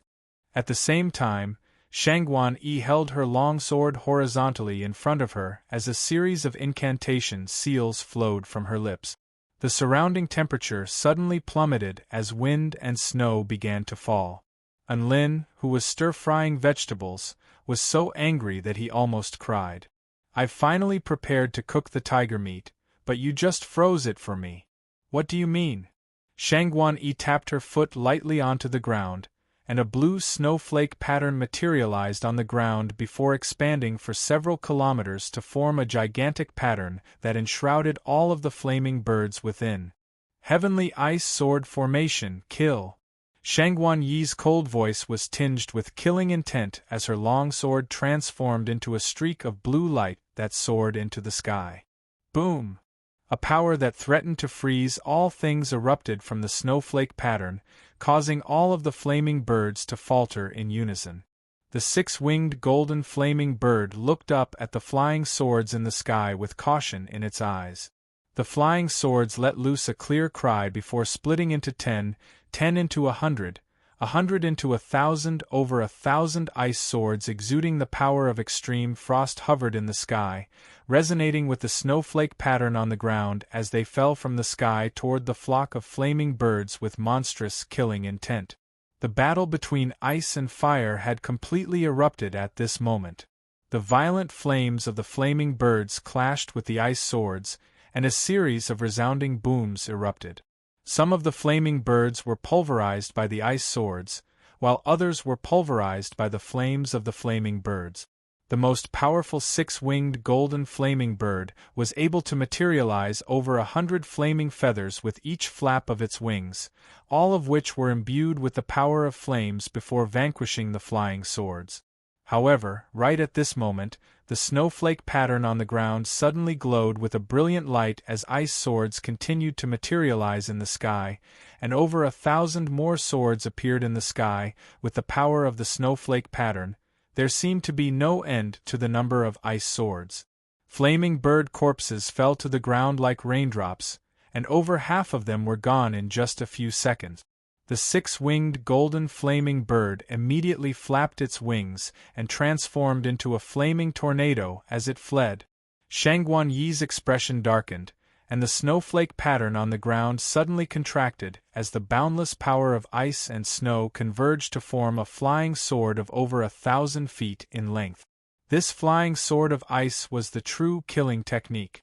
It flew toward the six-winged golden flaming bird like a bolt of lightning, and the blade of the sword appeared to be translucent under the light of the flaming bird's flames. The fearsome aura emanating from the sword made the feathers of the six-winged golden flaming bird stand on end. The six-winged golden flaming bird immediately unleashed a monstrous wall of flames as it tried to flee. However, the wall of flames was broken by a blue light a split second later. 2 seconds later, the flying sword of ice glowed with a brilliant light as it descended upon the flaming bird's body. Swish! The six-winged golden flaming bird's body was sliced in half, and its flaming blood splattered through the air before being frozen into round ice beads by the fearsome power of ice. At the same time, all of the flaming birds in the sky were slain by the sword formation. Mo Hai looked up at the earth-shattering sword strike and exclaimed in amazement, "What a powerful sword strike!" In terms of offensive power, Shangguan Yi is definitely the most powerful of our generation. He stowed the wind penalty disc away and looked toward Lin's direction to find that the two strange silver metal puppets were looking around with confusion on their faces. Mo Hai's lips twitched and he couldn't help but ask, "These two idiots. Are they the same as 4 Ji Yongfang? Unlin shot a glance at Mo Hai. Who told you to unleash your trump card right from the start? You didn't even give my Gundams a chance to shine. Mo Hai's eyes widened. Never would he have thought that Unlin would be able to pin the blame on him. I've never seen such a shameless person. A long sword flew back from the sky, and there was a projection of a golden flaming feather attached to the blade of the sword. Shangguan Yi's body swayed slightly, and her face was extremely pale, as if she had overexerted herself. However, a rare smile appeared on her face at the sight of the feather. The projection of a golden flaming feather indicated that it was a high-grade projection of the vermilion bird flame wing. Mo Hai stared at the flaming feather in Shangguan Yi's hand with a hint of envy on his face. This was something that he had been desperately searching for. The flaming feather contained the aura of the vermilion bird, so it couldn't be stored in her storage ring. Hence, Shangguan Yi placed it in her pocket before extending a grateful bow. Thank you, Mo Hai and Enlin, for your help. Please accept the 100 or so projections of the vermilion bird flame wing in the sky. Only then did Mo Hai and Enlin discover that there were over 100 projections of the low-grade vermilion bird flame wing floating in the sky. These projections were left behind by the spirit fire mutant beasts in the flock of vermilion bird flame wings. Mr. Mo Hai, you contributed the most, so I'll give my share to you, Enlin said without even turning his head. Mo Hai rolled his eyes. Should I be thanking you then? You're the hero who fought against the vermilion bird flame wings. There's no need to thank me. Hurry up and put them away. The projections of the vermilion bird flame wing are about to float away. Enlin smiled before snuffing out his divine flames. The stir-fried tiger meat was officially complete. Enlin raised his head to discover that Shangguan Yi was also staring intently at the meat in his pot, and he waved a hand at her. Ms. Shangguan Yi, do you want some meat to replenish your energy? Come over here. Shangguan Yi was initially going to decline in a reserved manner upon seeing Enlin waving at her, but she instinctively made her way over to him. The aroma of the meat was simply too alluring. What kind of meat is this? It smells very unique. Shangguan Yi looked at the golden slices of meat in the pot with curiosity etched on her face. It's the meat of the white flame tiger, but it's not because of the aroma, it's because of my cooking. Enlin's eyes lit up with a smile. Would you like some, Ms. Shangguan Yi? Shangguan Yi was initially going to decline in a reserved manner upon hearing this, but she nodded heavily instead. Yes. A gratified smile appeared on Enlin's face. There are about 300 slices of meat in this pot, and according to the market price of around 100,000 spirit stones per pot, each slice of meat should be worth around 300 spirit stones. How many slices would you like to eat, Ms. Shangguan Yi? Shangguan Yi's eyes widened in shock. Mo Hai had just returned from collecting the flame wings, and he almost tripped over himself upon hearing this. Holy F***ck. Ms. Enlin, 300 spirit stones per slice of meat? Are you a F***king robber? Do you want your 100 slices of meat or not? If you do, then shut up. Enlin glared at Mo Hai. Mo Hai shut his mouth, and he was as obedient as to buy. At this moment, Shangguan Yi spoke with a smile. All right, I'll buy 200 slices of meat. Enlin, Mo Hai. Chapter 4:14. Enlin was completely stunned upon hearing Shangguan Yi's words. This woman was so powerful. There were only 300 slices of meat in the frying pan, and Mo Hai had to buy 100 slices while she had to buy 200 slices. It looked like Enlin was going to F***king take the blame. I'm sorry, I can only sell 100 slices of meat at most. Enlin spoke with a nonchalant expression. He was the boss anyway, so he could set any conditions he wanted. All right, then give me 10 slices. Shangguan Yi replied. Enlin, Mo Hai. Enlin accepted the 3,000 spirit stones before handing over bowls and chopsticks to Shangguan Yi and Mo Hai, and the three of them began to eat around the frying pan. Shangguan Yi had only wanted to join in on the fun, but she almost had an orgasm after eating her first slice of meat. My God! How could there be such delicious meat in this world? Mo-Hai almost swallowed his own tongue. Brother Enlin, I finally understand why you have to stir-fry the meat even if you don't have to do it yourself. You really can't let down such delicious food. I'll give you 10 more slices of meat for that. Enlin spoke with a buoyant smile. Mo-Hai's body trembled upon hearing this, and he immediately began to flatter Enlin with all his might. Mr. Enlin, I'm not trying to be sarcastic here, but cooking is power, cooking is talent, and cooking is righteousness. Mo-Hai continued to babble, hoping that Enlin would reward him with a few more slices of meat. Shang Guanyi's face was filled with remorse after eating her 10 slices of meat. Why didn't I buy more? Why was I so stupid? What was I doing? Shang Guanyi finally couldn't help but ask in a quiet voice, Mr. Enlin, I want to buy more, can I take back my words? Enlin raised his head to look at Shang Guanyi. She had always been referred to as an icy beauty by the disciples of the Vermilion Bird sect, but there was a hint of shyness and yearning on her face. He thought about it for a moment and decided that this was a long-term investment. Sister Shang Guanyi, I'm a member of the Vermilion Bird sect, so I'll give you another 90 slices of meat for free. We'll each get 100 slices of meat, and that's what I call sharing. Shang Guanyi was completely dazed for a few seconds before her eyes flashed with gratitude, as if she had been struck by an immense sense of bliss.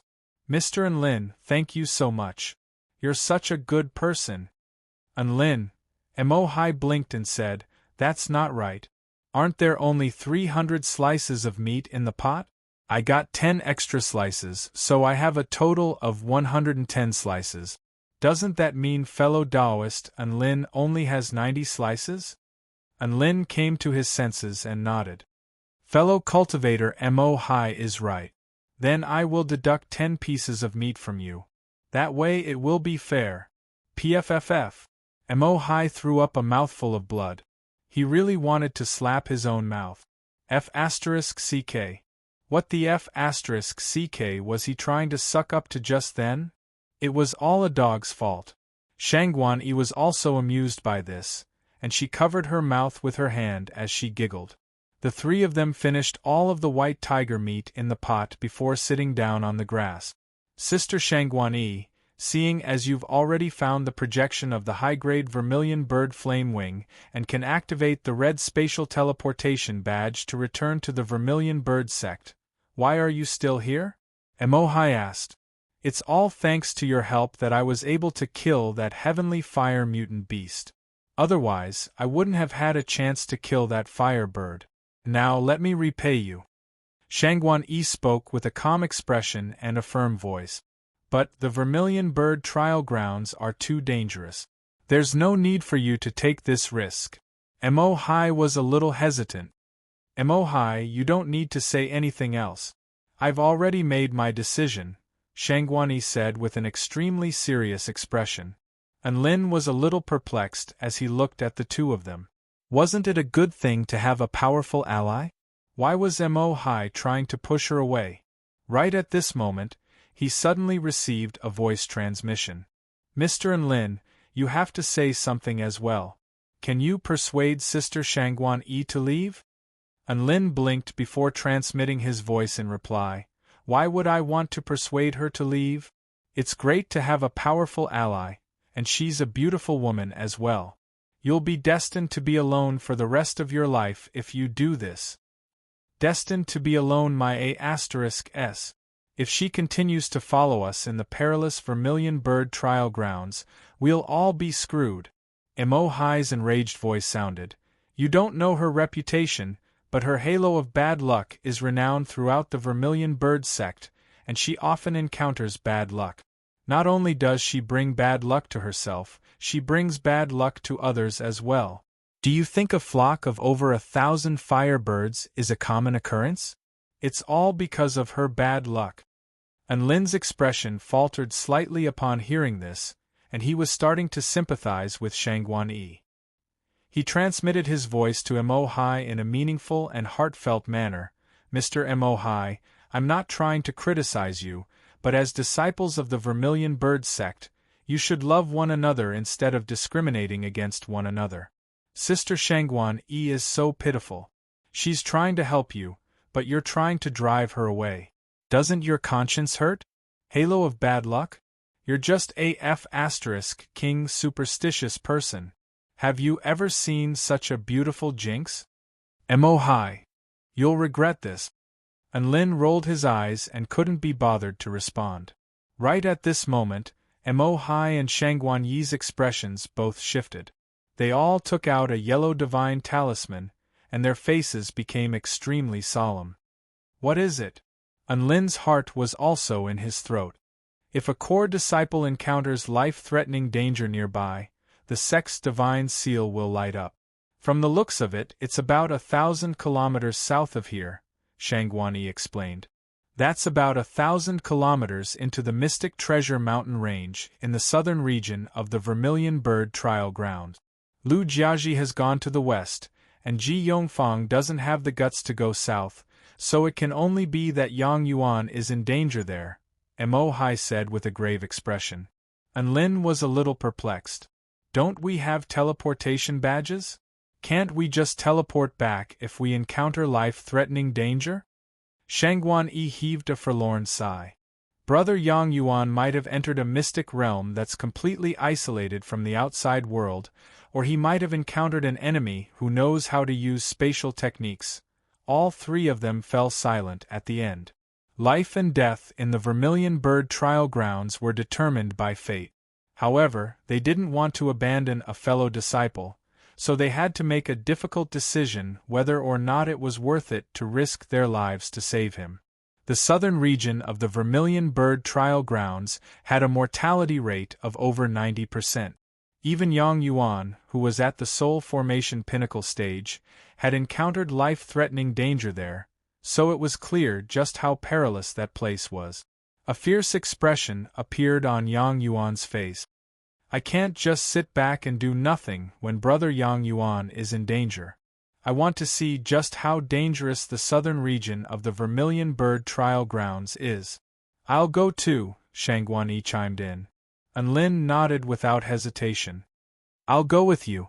I'm the #1 in-name disciple of the Vermilion Bird sect after all, so I can't embarrass myself. The three of them smiled at one another before rising into the sky and flying toward the southern region of the Vermilion Bird Trial Grounds. Lin flew through the air atop his brick and looked down at the vast expanse of land in the distance with excitement in his heart. He didn't think that the development of this trial would force him to travel to the most dangerous place. Perhaps this was fate. However, his heart suddenly jolted, and he turned to look at Shangguan Yi as a thought occurred to him. It couldn't be because of her, could it? No, it had to be a coincidence. Chapter 4:15. The three of them quickly flew toward the location where the divine talisman was being released. The light from the divine talisman hadn't dissipated, which meant that Yang Yuan wasn't dead yet. He was merely in a dire situation. Flaming clouds tumbled in the sky above, and a series of scorching flames suddenly burst forth toward Lin and the others, forcing them to immediately lower their altitude. Not long after that, several more flaming birds pounced toward Lin and the others. The three of them didn't really mind at first, but when there were over 100 of them, they couldn't afford to ignore them anymore. We can't let them gather again. Otherwise, there will only be more and more of them. Shangguan Yi turned around and charged toward the flock of flaming birds with her long sword in hand. Lin and Mo also turned around and joined the fray. The three soul formation stage cultivators combined their powers, and the pack of normal fire mutant beasts and spirit fire mutant beasts was quickly wiped out. Humph! What a bunch of chickens that overestimate themselves. You dare to play a game of tag with me? Mo hefted his crimson saber with a disdainful expression. Perhaps it's because they're too insignificant that they dare to challenge the might of Mount Tai. Lin looked up into the sky with a lonely expression. Mo's eyes lit up as he committed these lines to memory. Shangguan Yi stared at the two of them with astonishment on her face. What were they doing? The three of them were held up by the flock of flaming birds for a while before continuing toward their destination. Not long after, the fiery clouds surged, and several more firebirds appeared in front of them, swooping toward them. Before there were over 100 flaming birds, they killed all of them again. Immediately afterward, a third wave of flaming birds arrived, and Lin and the others continued to kill them. After that, a fourth wave, a fifth wave, and a sixth wave arrived. Holy F***ck, why are there so many flaming birds in the Vermilion Bird Trial Grounds? And Lin couldn't help but complain. Shangguan Yi blinked. Aren't there always a lot of flaming birds? I see them everywhere I go. They're like mosquitoes that fly out from the flaming clouds to chase after me. They're super annoying. And Lin, speaking of which, did we enter the same Vermilion Bird Trial Grounds? Why had Mo Hai and I only met the Firebird once after walking for so long, but she was always with us? A thought rose in Lin's mind, and he couldn't get rid of it. How is it? Isn't it strange? Mo Hai's voice rang in his ears. And Lin was completely speechless. He finally understood why Shangguan Yi was being chased by over 1,000 flaming ravens. Based on the frequency at which the blazing birds appeared, if they were not killed in advance, or if they were unlucky, they would be able to gather 1,000 birds in less than 2 hours. The three of them fought their way to the border between the north and south of the Vermilion Bird Trial Grounds. There was a mountain range that stretched for countless kilometers from east to west and was over 30,000 feet tall. It was like a natural chasm that separated this continent from the rest of the continent, making it impossible to see what lay in the southern region of the Vermilion Bird Trial Grounds. And Lin and the others flew along the mountain wall. Suddenly, a huge gap appeared in the layer of fire clouds in the sky.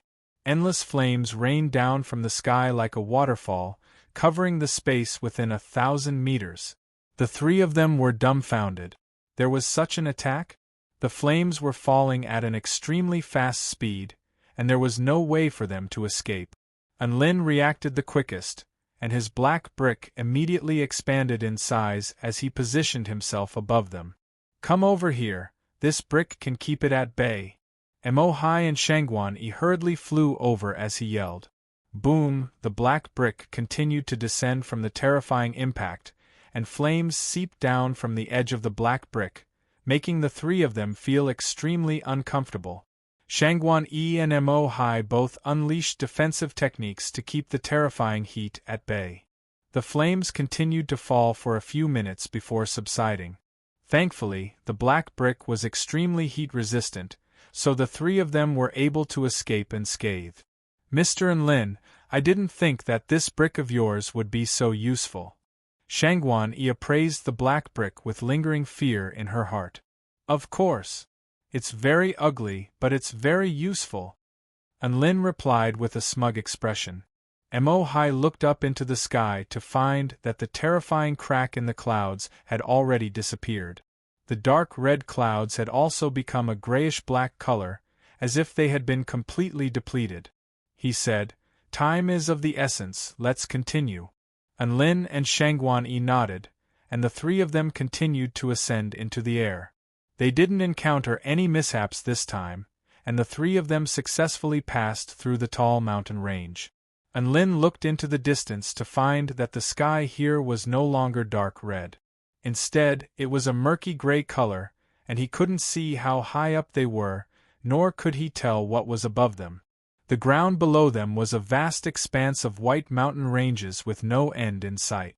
This was an extremely barren white color with no plants to be seen. A series of scorching red rivers of flames surged through the mountain ranges like the veins of the earth, creating a stark contrast in color. And Lin and the others continued onward after a brief glance.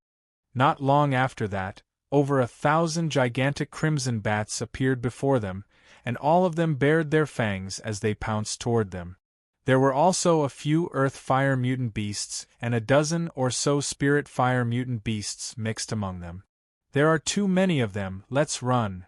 Mo Hai knew that this was not the time to be wasting time with mutant beasts, and he immediately suggested that the bats couldn't fly as quickly as they did. Enlin and Shangguan Yi didn't have any objections, and they sped up as quickly as they could. However, they had only traveled a few kilometers before they crashed into a certain mystic realm with strange winds. These winds were omnipresent and constantly sapped away their energy.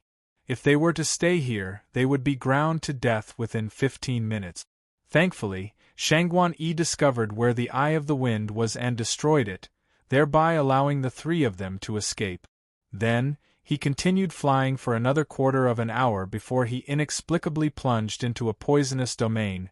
This type of poisonous mist obscured their vision, and even though Enlin had his evergreen technique, he was only just barely able to prevent the poison from seeping into his body.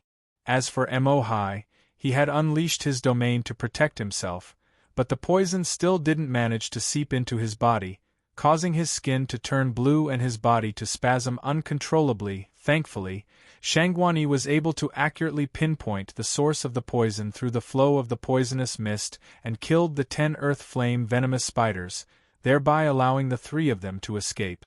In the end, they also obtained 10 8th-grade golden immortal fruits from the earth flame spider's nest.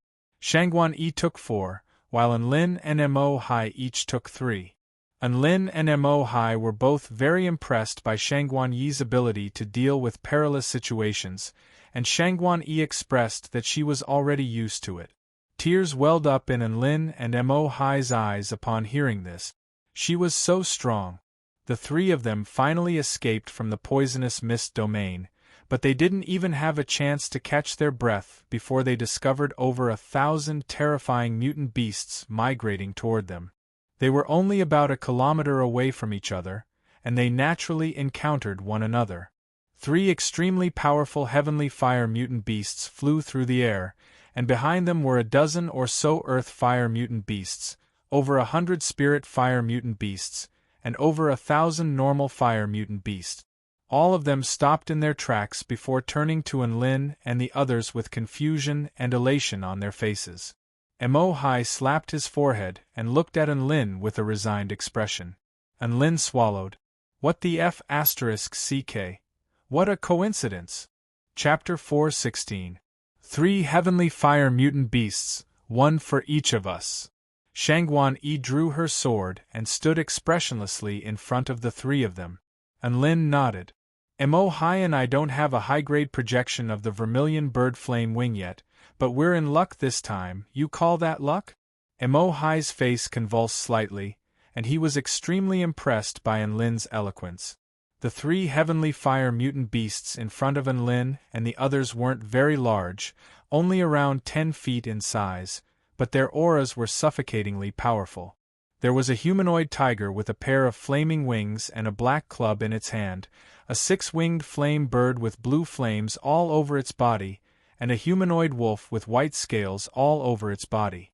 The heavenly fire mutant beasts were in no hurry to attack Enlin and the others. Instead, they began to converse with one another with disdainful expressions on their faces. The humanoid tiger chuckled coldly. Chirp chirp chirp chirp chirp chirp chirp chirp.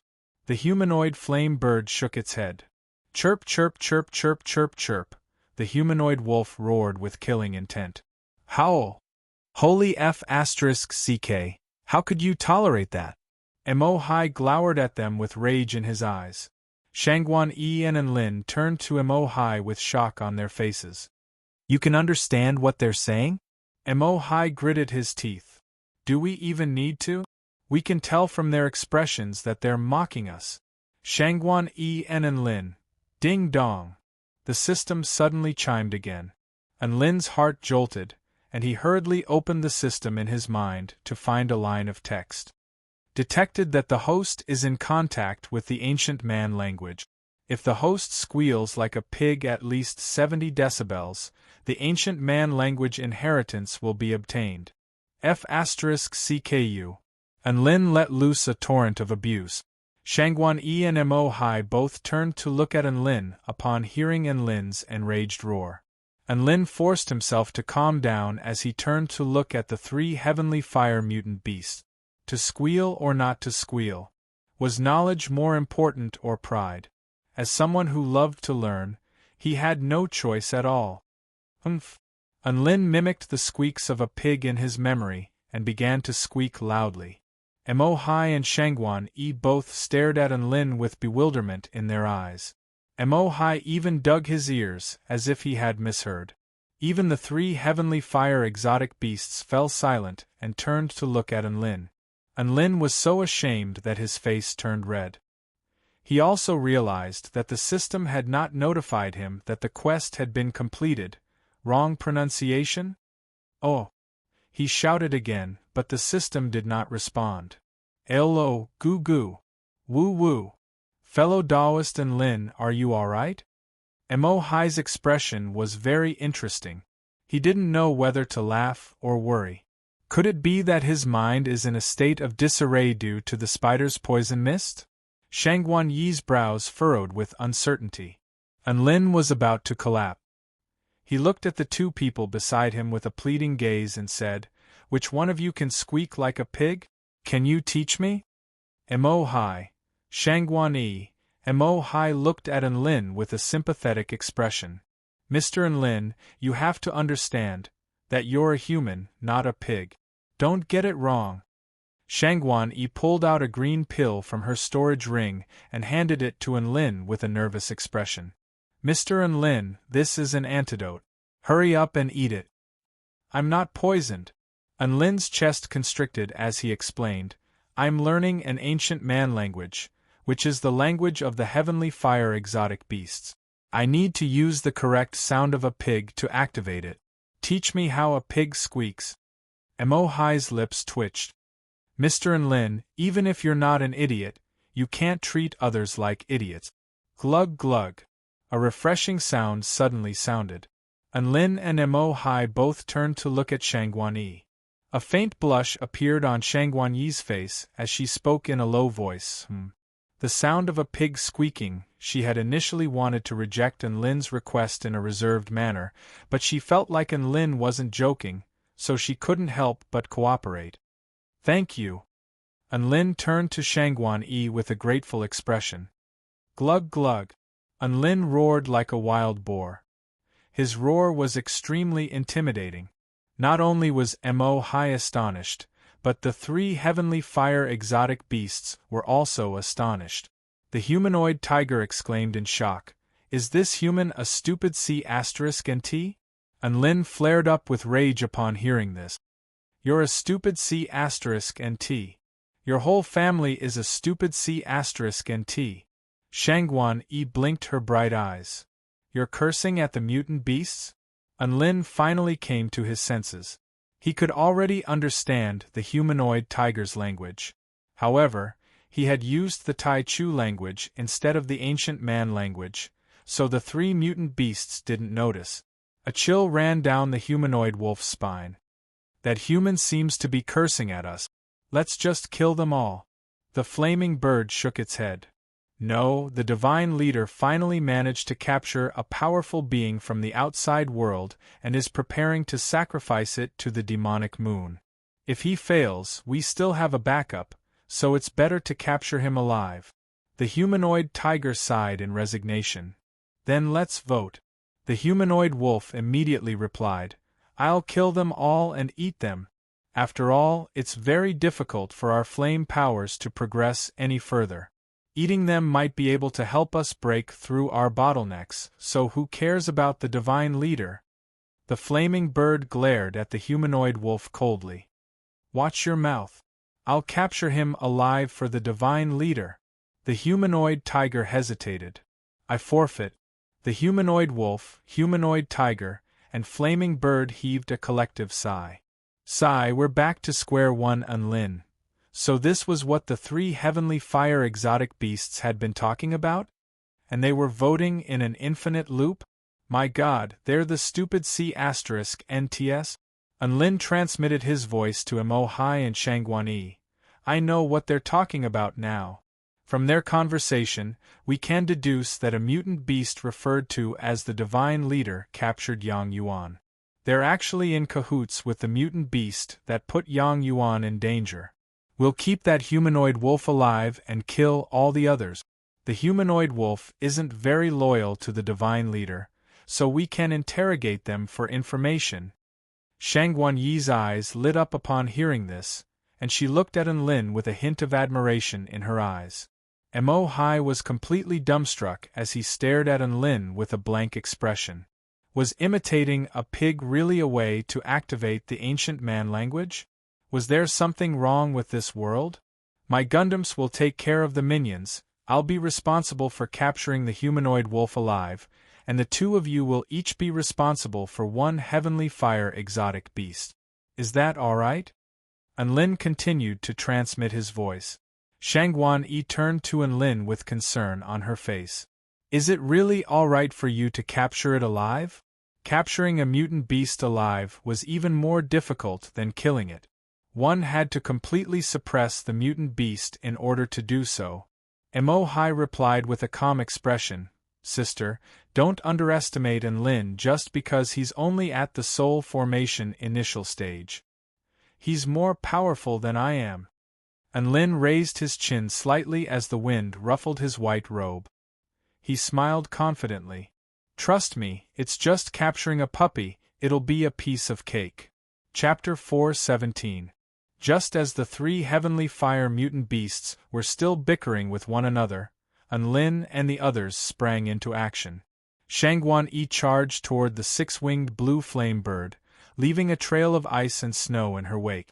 Mo Hai charged toward the humanoid tiger with his crimson saber slung over his shoulder, and his entire body transformed into a streak of crimson light. The two Gundams transformed into streaks of white light as they charged toward the army behind the heavenly fire mutant beasts. Enlin also flew toward the humanoid wolf with his evil-slaying sword in hand, but his aura was withdrawn, as if he were preparing for something. The three heavenly fire mutant beasts burst into laughter upon seeing that the humans were attacking them instead of running away. The humanoid tiger waved its black staff with a monstrous aura. Ignorant humans! I, the Black Lotus Tiger God, will show you what true power is. I don't care what you do, I'm going to eat all of these humans. A bloodthirsty smile appeared on the humanoid wolf's face as its claws suddenly elongated to a length of 3 feet. White flames revolved around its claws, which glowed with a cold light. The six-winged blue flame bird remained silent as it pounced toward Shangguan Yi. Boom! The powerful power of frost clashed with the blue flames, transforming the space within a radius of several thousand feet into a world of ice and fire. The saber in Mo Hai's hand clashed with the humanoid tiger's black staff, and the resulting shockwaves pulverized everything within a radius of over 1,000 feet. The humanoid wolf licked its sharp fangs as it looked at the oncoming Enlin. From the looks of it, you're the weakest among the three of them. It's been a long time since I've eaten meat, so I'll make you my first meal. It swiped its claws toward Enlin from afar, and a few white flaming blades of wind shot forth from its claws. The flaming blades of wind increased in size as they traveled, and when they reached Enlin, they were already over 1,000 feet in length, leaving several bottomless trenches in the ground below. Enlin looked at the blades of wind and evaluated the power of the attack in his mind. It was about as powerful as an attack from a soul formation final stage cultivator.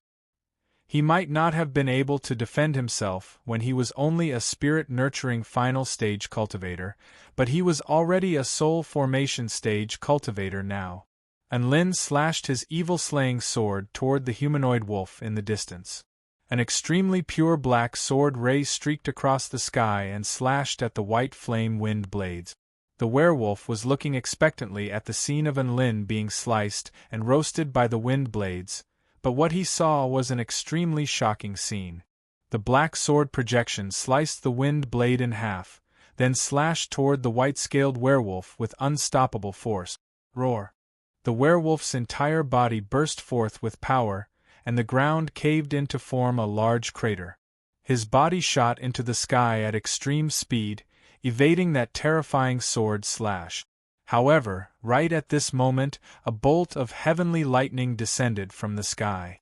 It was so fast that the werewolf couldn't react at all. Boom! The golden lightning struck the werewolf's head with overwhelming might, and the terrifying energy exploded, charring its entire body and causing thick black smoke to rise from it. After experiencing the golden void lightning tribulation, Unlin's lightning manipulation technique and lightning amplification technique could already imbue his lightning with a hint of the might of golden void lightning. "Are you going to surrender or not?" Unlin suddenly asked. The werewolf was already a little dazed by Unlin's power, and its body trembled with shock upon hearing this. You know the ancient man language?" "I do know the ancient man language. I'll ask you again, are you going to surrender or not?" Unlin replied in an indifferent voice. "How? You want me, the white-scaled wolf god, to surrender? Dream on." The werewolf roared with rage, and its white scales trembled slightly as its aura surged violently. A suit of white flaming armor appeared over its body, and its sharp claws glowed with an extremely dazzling light. Bam! The werewolf stomped through the air, sending shockwaves surging for over a kilometer. Its body broke through the speed of sound to reach Unlin in the blink of an eye, and its sharp white claws descended with earth-shattering might. Sigh! The sharp claws had already descended upon Unlin, tearing his body into several pieces. Boom! The werewolf's claws also tore through the ground, creating 5 gashes that extended for several hundred meters. The werewolf was just about to rejoice when he suddenly discovered that his torn body had actually turned into white mist and dissipated. Mist immortal technique. The hair on the werewolf's body stood on end as an extremely powerful sense of impending doom engulfed its entire body. It was just about to turn around when the black sword projection had already descended upon it. Heaven and earth dimmed with a single sword strike. The inky black sword blade tore through the werewolf's flaming armor, sliced open its extremely tough white scales, and engulfed the ground in a radius of over a kilometer. Howl! The werewolf howled in agony as it hurtled back in retreat with an expression of shock and horror. Blood splattered through the air, and a thick arm had already fallen to the ground. "Are you going to surrender or not?" Unlin's voice was like a frosty gust of wind, causing the werewolf's hair to stand on end. An expression of horror appeared on the werewolf's face for the first time. This human was far too terrifying. Prior to the battle, it had thought that this human's aura wasn't very powerful, and that he would be the weakest among the 3 of them, but now, it looked like he was the weakest. It didn't even have a chance to touch this human before it was crippled. From the looks of it, even the 3 heavenly fire mutant beasts might not be able to defeat him. "Not going to say anything? Then let's continue." A white light flashed through Unlin's eyes. "Howl!" The werewolf howled to bolster its courage, and it gathered its divine sense as white flames soared into the sky, melting the ground within a radius of over 100 meters with its terrifying temperatures. Ghostly wolf pounce! The humanoid wolf stepped forward, and it was as if his body had transformed into a white meteorite as he hurtled toward Unlin, incinerating everything in his wake into ashes. Unlin's eyes narrowed. This attack was comparable to an attack from a cultivator at the soul formation pinnacle stage, and he would most likely be injured if he took it head-on. A pair of wings suddenly spread open on his back, and he flew into the sky at an extremely fast speed. To his surprise, a cruel smile appeared on the werewolf's face. This was an attack that had been unleashed by burning its blood essence, and its speed was even slightly faster than Unlin's wings of wind. It followed Unlin into the sky, and the distance between them drew closer and closer. Boundless flames erupted from its sharp white claws as it prepared to unleash its most lethal attack. "Die!" It roared as it lashed out with its claws, and the space around it tremored as heaven and earth paled in comparison. Unlin's expression remained unchanged as he looked at the werewolf. However, heaven and earth suddenly dimmed. Within the boundless darkness, the white-scaled werewolf's body was struck by the agony of being torn to shreds. "Howl!" The white-scaled werewolf howled with anguish. When light returned to heaven and earth, The sharp claws had already torn through the dark clouds, revealing 5 holes that extended for over a kilometer each, but Enlin was nowhere to be seen. The werewolf turned its head with difficulty to discover that Enlin had already appeared behind it. Splat! Over 100 sword wounds suddenly appeared on the werewolf's body, from which blood splattered into the air. Its body crashed powerlessly into the ground, creating a massive crater. Enlin's white robe danced in the wind as he landed gracefully in front of the werewolf, and he looked down at the werewolf with a cold expression. "Do you surrender or not?" He asked the same question again. His voice was like a frosty gale, causing the werewolf's body to tremble uncontrollably. The werewolf was truly terrified. This man's power was far too terrifying, and it was not something it could handle. Up until this point, this man's attacks had not been repeated at all. He was King abusing a dog. I. The werewolf stared at Enlin in shock and horror. It had a feeling that if it continued to refuse to surrender, it would most likely die. Enlin looked at the werewolf, and a golden light suddenly flashed through his eyes as boundless divine might erupted from his body. The humanoid wolf looked at Enlin as if he were looking at a peerlessly powerful being who could engulf heaven and earth. The only thing it could do was submit. Divine might technique. This was the final straw that broke the werewolf's back and destroyed its will. "Please don't kill me. I'm willing to surrender." The werewolf trembled as it bowed its head. There was no longer any killing intent on its face, only an expression of uncontrollable reverence. A satisfied smile appeared on Enlin's face. The werewolf's attempt to devour humans to increase its power and its disrespect toward the divine leader indicated that it was extremely selfish and fearful of death. This type of creature would definitely compromise with powerful beings in order to survive, so it was the easiest to capture and subdue. Enlin continued, "Then, let's sign the slave contract." Chapter 4:18. Slave contract? You want me, the white-scale wolf god, to be your slave? What a joke! The humanoid wolf exploded with rage upon hearing Enlin's words. Signing a slave contract was a humiliation to any living being. Once it became a slave, it wouldn't be able to do anything to resist its master, and the master could decide the life or death of the slave with a single thought. This was an extremely unfair contract. Enlin didn't say anything. Instead, he raised his evil-slaying sword high into the air, and the inky black blade of the sword seemed to be threatening to engulf all light. The humanoid wolf's teeth chattered as it looked up at the terrifying longsword, but it still lowered its head in the end. "All right, I agree." Enlin nodded and didn't say anything else.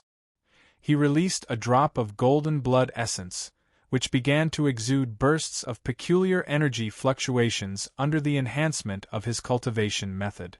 The drop of blood landed on the humanoid wolf's head, and an invisible connection was established, thereby sealing the contract. A disconsolate expression appeared on the humanoid wolf's face. Who would have thought that I, the revered white-scale wolf god, would be reduced to the level of a human slave? Enlin clasped his hands behind his back and looked up into the sky. "It is your honor to be the slave of the #1 prodigy of the celestial court, the #1 immortal chef of the kingdom of the 9 states, the #1 arrogant cultivator of the entire continent, sword immortal Enlin." The humanoid wolf faltered slightly upon hearing this, and it turned to look up at Enlin. Amidst the darkness, it was as if Enlin's body had been enshrouded by a layer of light. A peerless sense of confidence and heroism soared into the heavens, making him appear extremely tall and mighty. The white-scale wolf god was extremely excited. Only after hearing all these titles did it realize just how powerful its master was. Enlin tossed a first-grade spirit pill, bone-forming pill, to the humanoid wolf. "Take this pill and reattach your severed arm. It'll be able to heal your severed arm. Let's go check out the situation elsewhere."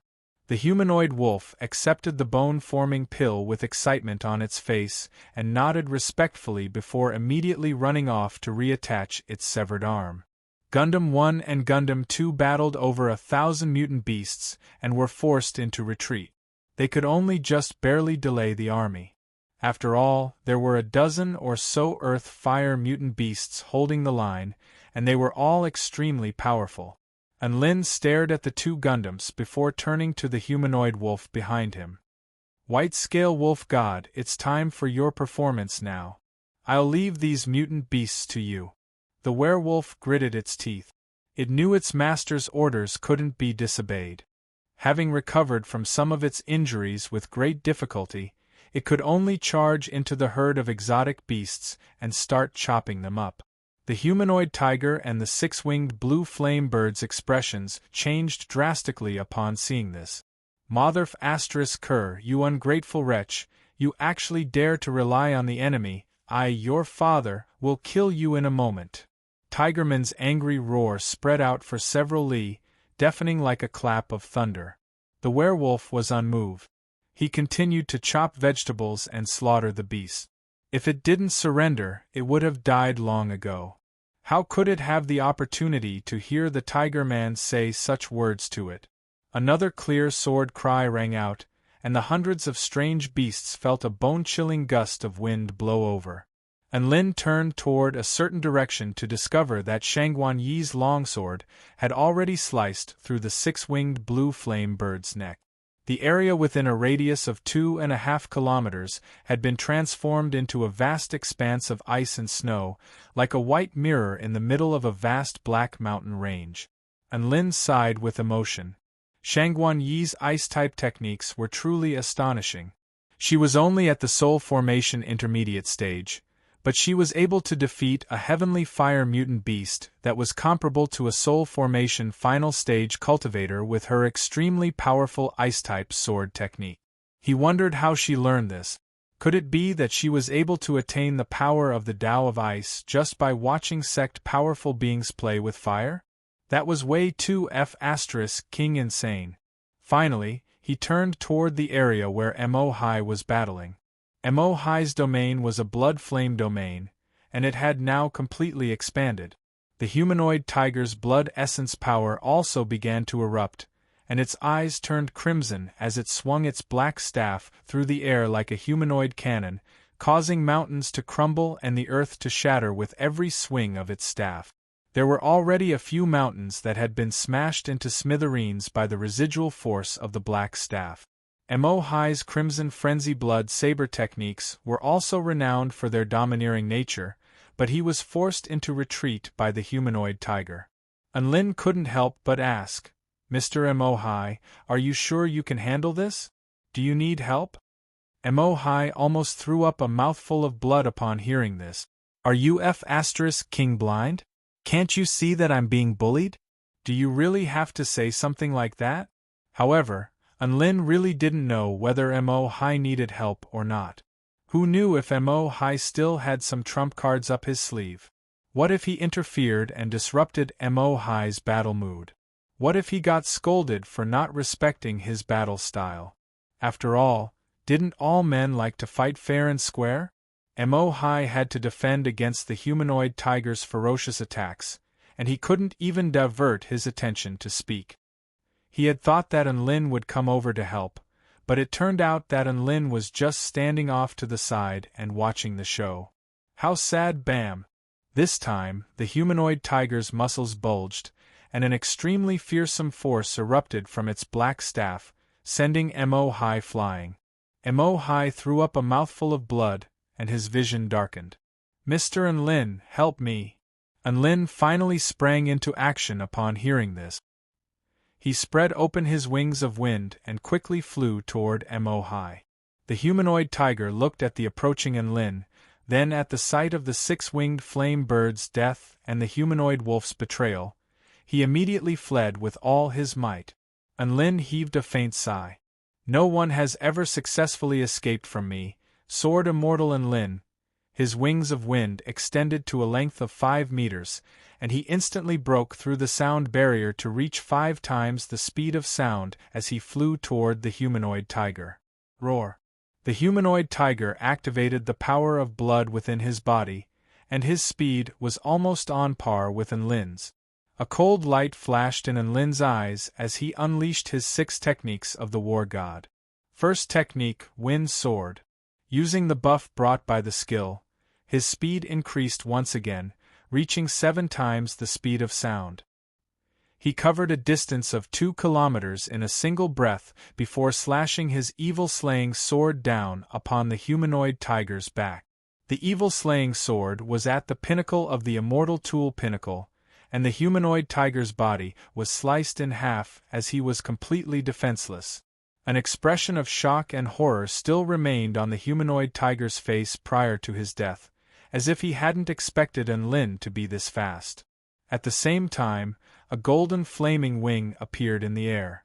This was a high-grade projection of the vermilion bird flame wing. Enlin accepted the flaming wing without any hesitation before flying toward Mo Hai with a joyful expression. Mo Hai swallowed some pills to recover from his injuries before gratefully accepting the projection of the vermilion bird flame wing from Shangguan Yi. Now, everyone had a high-grade projection of the vermilion bird flame wing, and they had successfully completed the trial. He looked at the triumphant Enlin with a hint of melancholy in his heart. Mr. Enlin, how on earth did you cultivate? You're only at the soul formation initial stage, but you're beating up heavenly fire mutant beasts like they're your own children. Mo Hai was very confident in Enlin's abilities, but he was still given a fright after witnessing Enlin's terrifying speed and swordsmanship. Shangguan Yi also turned to look at Enlin. She was clearly also quite surprised by the power he had displayed. They're only soul formation final stage mutant beasts. I could already beat them up like they were my own children when I was only at the spirit-nurturing final stage, Enlin replied. Mo Hai was struck by a sense of awe and veneration toward Enlin. Shangguan Yi. Soon, over 1,000 mutant beasts were wiped out by the combined efforts of the Gundams and the humanoid wolf. The humanoid wolf looked at the corpses of the humanoid tiger and the blue flame bird with a hint of sorrow in its heart. What a dumb bird and a dumb tiger. They should have just surrendered like I did. In this cruel world, only by being flexible can we live longer. The humanoid wolf shook its head and heaved a forlorn sigh before making its way toward its master. Chapter 419. Gundam 1 and Gundam 2 transformed into 2 streaks of silver light as they flew toward Enlin. Mo Hai couldn't help but praise the 2 Gundams. As expected of metal puppets that are comparable to 4G Yongfangs, they're still as impressive as ever. You're too kind, they're just some toys, Enlin replied in a humble manner. Mo Hai's lips twitched, and he wanted nothing more than to hack this show-off to death. The humanoid wolf walked over at this moment. It had already sustained many injuries, and its entire body was covered in blood and its aura was extremely feeble. Here, white-scaled wolf god, eat this all-replenishing pill. Enlin pulled out a second-grade dragon blood spirit pill from his storage ring and tossed it to the humanoid wolf. The humanoid wolf caught the spirit pill and looked at Enlin with gratitude in its eyes before swallowing it without any hesitation. Let's talk as we go. Enlin rose into the air atop his brick. The humanoid wolf was at a loss. Where to? To kill your divine leader. He's captured our senior disciple brother. Enlin spoke in an indifferent voice as if he were talking about something very mundane. The humanoid wolf's hair stood on end upon hearing this, and it almost stumbled from its spot. You want to kill our divine leader? Are you crazy? I see, so you're the same as that human. But you can't just go and die. Enlin's expression froze. This is an order from Master, are you going to resist? The humanoid wolf felt an overwhelming sense of impending doom engulf its entire body, as if it would immediately die if it didn't obey. It had no choice but to follow behind Enlin with tears streaming down its face. The 3 of them rose into the air and flew toward the direction indicated by the divine talisman. Master, the divine leader possesses the bloodline of the Black Phoenix and is one of the ancient divine generals of the ancient man tribe. Even though he's been bound by the 9 heavenly chains, he's still extremely powerful. You guys definitely won't be able to defeat him. The humanoid wolf spoke with shock and horror. It didn't think that it would be forced to sacrifice itself to the divine leader to save its own life. How could the word tragic even begin to describe this situation?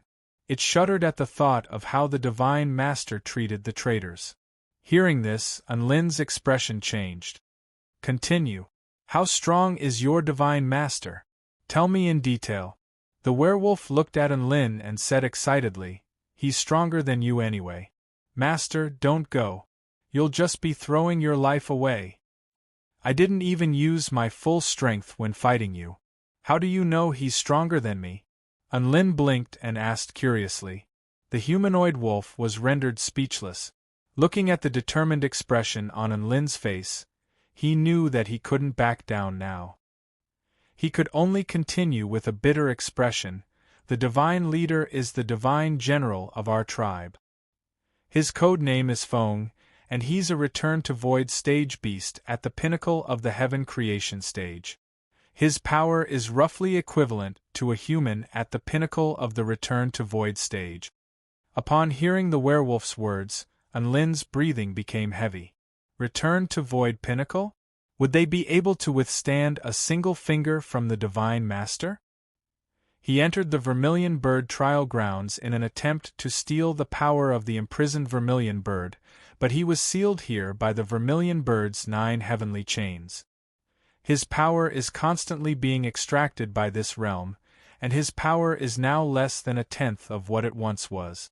Even so, his power is still far beyond your imagination.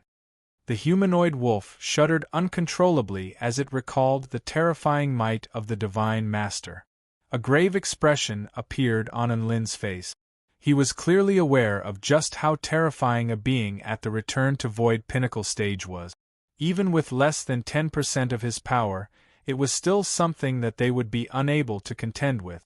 Aside from that, the divine master also possesses a white phoenix, which is also extremely powerful. In any case, it's not something that our tribe can contend with.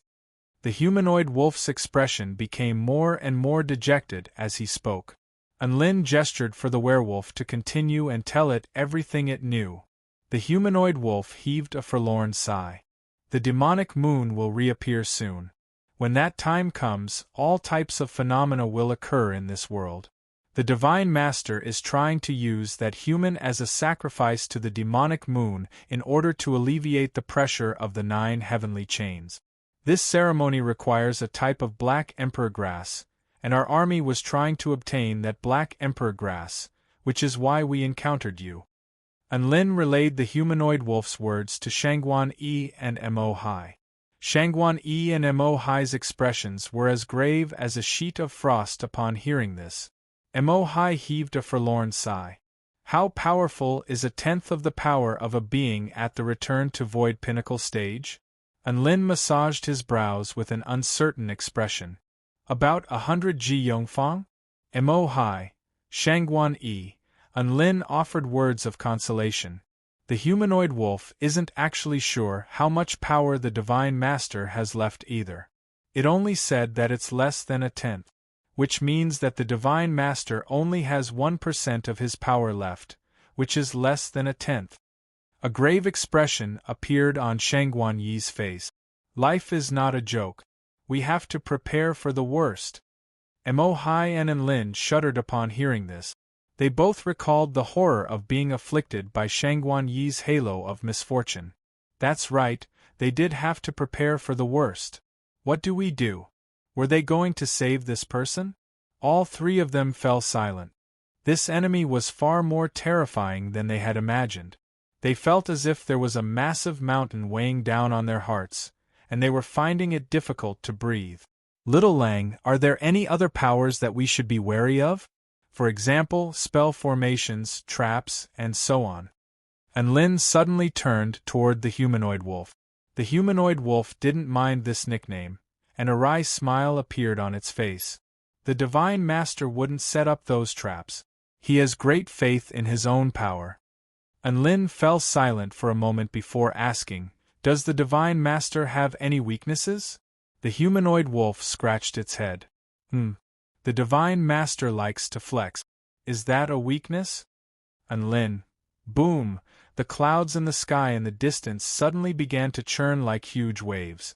The earth began to tremor violently as a series of pillars of flames broke through the ground and rose into the sky, illuminating heaven and earth.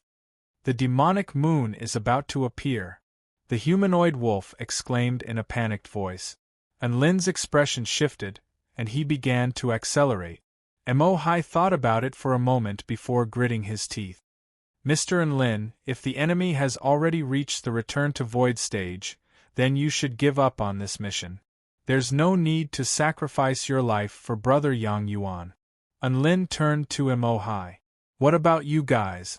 Mo-Hai fell silent for a moment before replying, I'll do what I can. Then I'll do what I can as well. Unlin pursed his lips. Don't just think of yourselves as disciples of the Vermilion Bird sect. I'm an in-name disciple of the Vermilion Bird sect, so why can't I do the same? Mo-Hai gripped the Phoenix punishment plate tightly in his hand as he looked at Unlin with a smile. I didn't make you my brother for nothing. I also value my life. If I really can't beat them, I'll run away without you reminding me, Unlin added. Mo-Hai laughed heartily. I love dealing with honest people like you. Let's have a drink after we get out of here. Deal. Unlin nodded. Then you'll cook a delicious dish to go with the wine. Mo-Hai continued. Unlin rolled his eyes. That's your real intention, isn't it? Mo-Hai looked ahead with a smile and didn't offer any retort. Shangguan-Yi looked at the two of them and didn't say anything before looking into the distance again. In the sky above, the thick clouds were being incinerated by the pillars of flames, and they began to churn and dissipate. A crimson light pierced through the clouds and descended upon the world. Chapter 420. Within a certain mountain range in the southern region of the Vermilion Bird Trial Grounds, there were over 1,000 flaming mutant beasts kneeling on the ground. At the very center of these mutant beasts was a black sacrificial altar. A series of strange red symbols hovered around the sacrificial altar, exuding scorching energy. At the center of the sacrificial altar, there was a young man who appeared to be around 15 to 16 years of age, who was tied up by ancient black vines. 5 black cudgels, each of which was around an inch thick, pierced through his limbs and chest. There was no blood flowing, but vein-like patterns appeared on the black cudgels, giving them an extremely sinister appearance. An extremely handsome man with a pair of black wings on his back looked up into the sky with a faint smile on his face. It's almost time. Semi-transparent chains wound around his body and punctured his heart before connecting to the earth. The boundless power of the earth seemed to have been used to suppress this one being. The cry of a phoenix reverberated throughout heaven and earth as dazzling white flames lit up half the sky. A white flaming phoenix of over 100 feet in size circled in the air, exuding boundless holy flame power that made all of the mutant beasts tremble in fear. The phoenix descended upon the earth like a holy beast, sweeping away all the filth in this world. Its feathers were spotlessly white and its eyes were imbued with supreme divine might, as if it were a high and mighty god. However, when it approached the man, it rubbed its head against the man's arm in an affectionate manner. White Phoenix, don't be in such a hurry. Once the demonic moon appears, we can begin the ceremony, the man said with a smile. The phoenix let out a clear cry and nodded in an extremely human-like manner. All of a sudden, the man turned toward the sky in the distance, and his expression became extremely dark. At this moment, the wind and clouds surged between heaven and earth, as if the heavens were enraged. However, the man's eyes quickly regained clarity, as if he had already let go of his worries. So be it, we're only missing a stalk of black emperor grass. Even though it's a fly in the ointment, it does add a bit of ambience to the occasion with guests coming to congratulate us. Phoenix Army, why aren't you going to welcome our guests? Following the man's command, the thousands of strange beasts outside the altar roared at the same time, unleashing a torrential aura as they charged in a certain direction. Anlin, Mo-hai, and Shangguan-yi looked at the sacrificial altar several kilometers away from them. They saw a young man with a black rod impaled into his body, and their eyes burned with rage. At this time, the strange beasts had already rushed over, but the expressions of the three people were frighteningly cold. Over 300 bird-type spirit fire mutant beasts were the first to arrive, and they blasted flames at the three of them at the same time. The many flames gathered together, forming a wave of flames that was several hundred zhang tall, carrying with it the power to incinerate all things. Scram! Mo-hai shouted loudly. He held the wind punishment disc in his left hand, and the word kill appeared on it. At the same time, a scarlet flame suddenly appeared on the scarlet saber in his right hand. He slashed horizontally at the flame wave that was pouncing towards him, and an extremely condensed scarlet flame saber light gushed out. Like a line of fire that divided heaven and earth, it directly smashed apart the flame wave that blotted out the sky. At the same time, the momentum of the saber did not stop. In an instant, it slashed across the sky and crushed more than 300 flaming birds behind it, turning them into a rain of flesh and blood. The three of them continued to move forward in the air. Their speed did not slow down at all. At this moment, over 400 mutant beasts had already caught up to them. All of them looked up into the sky and opened their mouths as scorching flames began to converge in the air. Boom, boom, boom, over 400 mutant beasts blasted powerful fireballs at the same time, and it was as if hundreds of cannons had been fired in unison, causing the entire heaven and earth to tremor violently. The fireballs rained down upon the three of them, and there was no way they could evade them. Terrifying heat waves swept forth from their bodies in all directions. Shangguan-yi flew forward, and she pointed her sword downward. At the same time, a hexagonal ice flower over 1,000 feet in size materialized beneath everyone's feet. The ice flower rotated at a high speed, and it was as if the entire space around it had been frozen solid. The hundreds of powerful fireballs began to shrink as they approached the massive ice flower. By the time they reached the bottom of the ice flower, they had already been reduced to tiny embers and completely disappeared from heaven and earth. A single ice flower had rendered over 400 mutant beasts speechless. Charge! Shangguan-yi's eyes were as cold as glacial ice, and she pointed her long sword down toward the ground. An extremely dazzling blue light suddenly burst forth from the water droplet pendant on her neck. Crack! The huge hexagonal ice flower split open and transformed into over 1,000 frosty flying swords. They transformed into streaks of light filled with killing intent and slashed toward the 400 strange beasts on the ground. The ground was instantly transformed into a frosty slaughterhouse. The mutant beasts howled with anguish, and their blood was instantly congealed as a layer of white frost appeared on the ground below. When the three of them flew over their heads, the bodies of over 400 mutant beasts had all been covered in ice and snow, and not a single one of them had survived.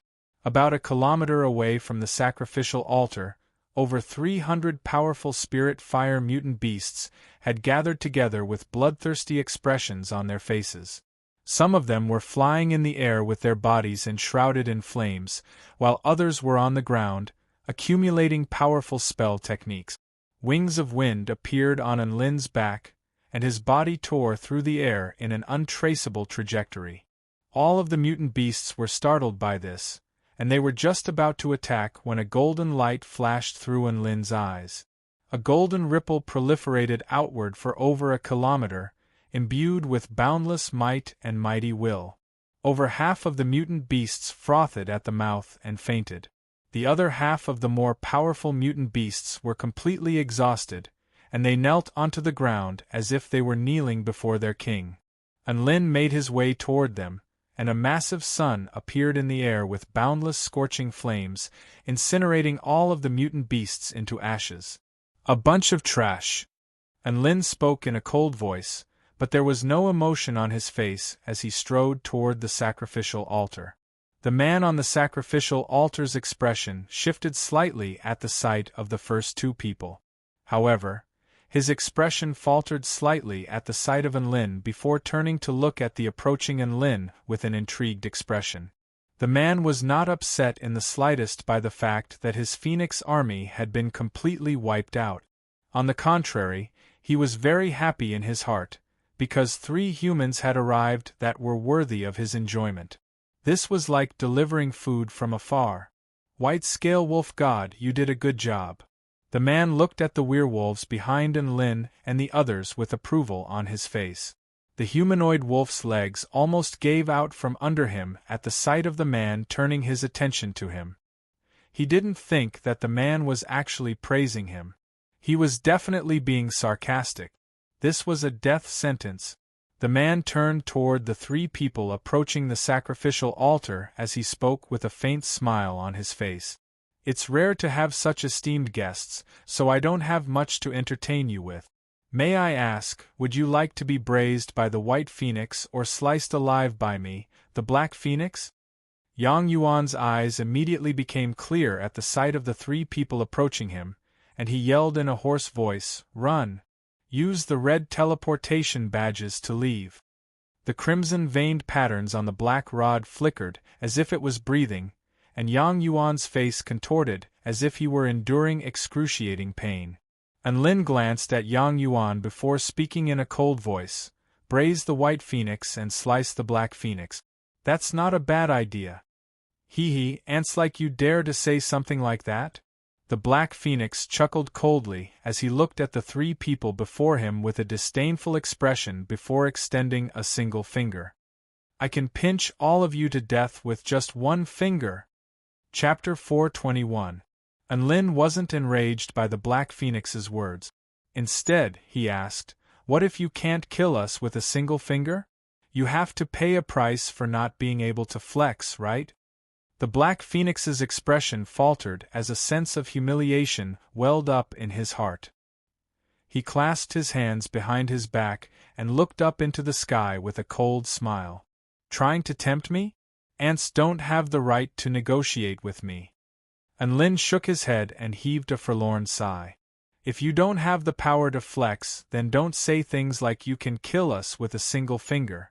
You're just a stupid C*NT if you're trying to flex." The Black Phoenix's eyes suddenly focused on Enlin, and the terrifying aura of an ancient ferocious beast swept toward Enlin like a tidal wave. Enlin unleashed his divine might technique to its fullest extent as divine might burst forth from his eyes, making him appear as if he were a monarch looking down on ants from the heavens. Their gazes met, and heaven and earth changed color as gale-force winds howled and thunder boomed. The Black Phoenix smiled with a proud and disdainful look in his eyes. "Very well. You're just a powerful ant. I, the Black Phoenix Divine General, love to attack arrogant ants like you. I'll say it again, I can kill you with a single finger. If I can't kill you, then I'll release the human bound to the demonic sealing vine." Enlin also smiled. "I hope you don't go back on your word." Enlin then transmitted his voice to Mo Hai and Shangguan Yi, relaying the Black Phoenix's promise to them. Mo Hai and Shangguan Yi stared at the Black Phoenix with peculiar expressions on their faces. A thought surfaced in their minds. Was this Black Phoenix a stupid C*NT? However, they didn't dare to get complacent. Setting aside whether or not they could defeat the Black Phoenix with a single finger, even if they could, there was no guarantee that the Black Phoenix would keep his promise. No matter what, they had no choice but to fight with all their might. The Black Phoenix spread open his wings, and black flames engulfed his entire body as if he were an abyss that could engulf all things. He raised his head and looked at the 3 of them before extending a single finger with a smile. "Now, let me crush you to death." All of the vital energy in a radius of several kilometers began to surge, and an enormous vortex of energy began to converge toward the Black Phoenix's fingertip. Pitch-black energy was accumulating at the tip of his finger, and space began to tremble and distort. Just the energy fluctuations that were being emitted were enough to turn the ground within 100 meters into dust. The Black Phoenix was quite pleased with the grave expressions on their faces. This technique is known as the abyssal finger. When I was at my peak, I used this technique to severely wound a Darkwing tribe monarch. Unlin blinked his eyes in confusion. You only managed to injure a true monarch at your peak? Was that very impressive? My Dao body can even slay true monarchs. The Black Phoenix's eyes narrowed, and energy erupted from his fingertip, transforming into a black beam of light that pierced through space with terrifying power. Heaven and earth dimmed, as if an abyss had descended. Unlin's black brick expanded to 30 feet in size, shielding Mo Hai and Shangguan Yi behind it. Boom! The ray of light collided with the black brick, causing a deafening explosion. At this moment the earth collapsed, and a huge abyss appeared in the path of the ray. Black energy swept forth in all directions like the roar of a gargantuan beast.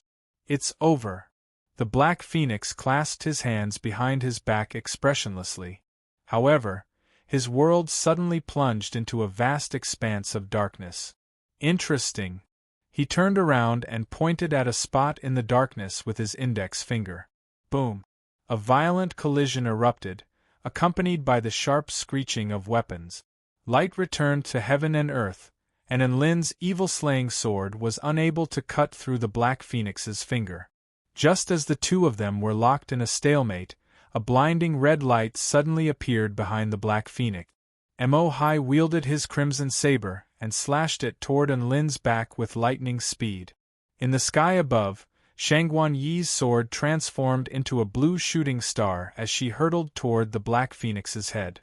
You're just a firefly, how can you compete with the bright moon? The Black Phoenix let loose an almighty roar as the black flames around his body surged to form a tornado that engulfed heaven and earth. Mo Hai's crimson saber struck the tornado of black flames, only to be engulfed by a terrifying force. In the sky above, Shangguan Yi was blasted flying by the tornado of black flames as she threw up a mouthful of blood. Unlin was also forced back by the tornado of flames, but crimson feathers suddenly appeared around his body as he was forced back, causing the space around him to twist and warp. The feathers converged to form an arrow with the demonic star flame as its tip, the great holy flame as its shaft, the setting moon flame as its tail, and the heavenly void flame as its armor. This was the first time that the Crimson God arrow had fused with one of the four divine flames. The Crimson God arrow shocked heaven and earth as it pierced through the air like a streak of starlight, incinerating everything in its path. The Black Phoenix looked at the oncoming Crimson God arrow with a disdainful expression. You want to break through my Black Dragon tornado with your lowly flame techniques? You'll never understand what the difference in the ranks of flames represents. That's indestructible flames. That's the submission of all flames, that's... He didn't even get a chance to finish his sentence before a hole was blasted into the black tornado. The purple starlight pierced through the Black Phoenix's chest with the power of the stars, leaving a scorching, yet cold trail in its wake. Boom! The ground behind the Black Phoenix was also cracked open by the arrow, and the depth of the crack was immeasurable. Black blood splattered through the air. The Black Phoenix was dumbstruck for a second, unable to believe that he had been wounded. The Black Phoenix's expression became ferocious for the first time as blood flowed from his wound. You dare to injure me? You lowly human! How dare you injure me? I'm going to kill you! The Black Phoenix spread open his black wings, sending terrifying shockwaves through the air. His body transformed into a black line as he pounced toward Unlin. He instantly appeared before Unlin and stabbed a finger through the air. His index finger punctured Unlin's head, leaving a massive hole in the mountain several hundred meters behind him. Unlin dissipated into mist and disappeared on the spot. You won't get away. The Black Phoenix turned toward a certain direction, and a huge amount of black flames suddenly erupted from his fingertip. However, right at this moment, the projection of a red phoenix suddenly appeared behind him before crashing toward him. Boom! This attack was imbued with the terrifying power of an ancient will, and it knocked the Black Phoenix flying. Mo Hai held the wind penalty disc in his hand with a determined expression as he injected his power relentlessly into the disc. The water droplet-shaped pendant hanging from Shangguan Yi's neck began to churn with energy. A blue longsword projection extended for over a kilometer, transforming the ground within a radius of over a kilometer into a layer of frost. The longsword was aimed directly at the Black Phoenix's head. The Black Phoenix gritted his teeth as he placed his finger in front of the sword projection, and a round black shield appeared before him. The sword ray was extremely sharp, and it actually cut the black round shield into two halves. Then, it chopped down on the finger. The Black Phoenix could see a gash appear on the finger, from which the blue longsword had sunk deep into the finger. A light breeze blew past, and Enlin leaped out from the black shadow with streams of wind revolving around his sword blade as he stabbed toward the Black Phoenix's heart. The sword projection arrived in a flash, and it was so fast that the Black Phoenix had no time to dodge. The evil-slaying sword was a pinnacle immortal tool, and at the instant it stabbed forward, a peculiar black light appeared on the tip of the sword. It was as if the sword had slain countless demons in a soundless manner. Splat! The black longsword plunged into the Black Phoenix's heart, and blood splattered through the air again. Enlin, Shangguan Yi, and Mo Hai all looked up at their powerful enemy with rapt attention. The Black Phoenix's expression stiffened slightly, and he stared blankly at the tip of the sword protruding from his heart for a few seconds. He chuckled. I, the Black Phoenix, am a divine general who stands proudly in the heavens. To think that I would be forced into such dire straits by a few juniors. Do you think you've won? The Black Phoenix suddenly gripped onto the tip of the evil-slaying sword tightly as he turned his head around to look at Enlin with a cruel smile on his face. Do you think I'll die if you stab my heart? Enlin's heart jolted, and he swallowed as he looked at the Black Phoenix. The Black Phoenix continued with a sinister smile. Lowly beings like you will never be able to understand how powerful I am, and you will never be able to defeat me. Enlin blinked. I understand that, but why did you grab my sword with your bare hand? We agreed before the battle that you could only use one finger. Isn't that breaking the agreement by using your bare hand? Isn't it time to let him go? Enlin's words reverberated through the air, and everyone instantly fell silent. The Black Phoenix. The Black Phoenix's evil-slaying sword trembled slightly as an indescribable sense of humiliation and rage welled up in his heart. Die. Killing intent burst forth from his eyes as he let loose an almighty roar. Black flames surged violently around the Black Phoenix's body before suddenly exploding. Boundless black flames engulfed everything like a black sun, engulfing everything within a radius of over 1,000 feet. Chapter 422. Boom. The black flames abruptly exploded to form a massive ball of flames that enshrouded Enlin within. Shangguan Yi had already retreated as fast as she could when she sensed what was happening, but she was still caught in the shock waves of the explosion, and burns began to appear on her skin. Enlin! Mo Hai roared with rage and shock on his face. As the terrifying black flames wreaked havoc, Enlin's body suddenly passed through the black flames. His body was enshrouded by a blue light, and he began to fall to the ground. His body was slightly charred, but there were no signs of severe injuries on his body. His white and blue silk robe was barely visible. It was all thanks to the heavenly ice silkworm robe that he was able to evade that terrifying attack. Enlin looked up at the black flames in the sky with a cold expression as he forcibly stabilized his body. The heavenly ice silkworm robe could only be activated once in a short period of time, so he wouldn't be so lucky next time. Shangguan Yi and Mo Hai both heaved a sigh of relief upon seeing that Enlin was unharmed. How dare the mighty divine general of the ancient man tribe go back on his word? Do you take your word for nothing? Enlin spoke in a cold voice as he looked up at the black ball of flames in the sky. The black flames dissipated, and the Black Phoenix reappeared.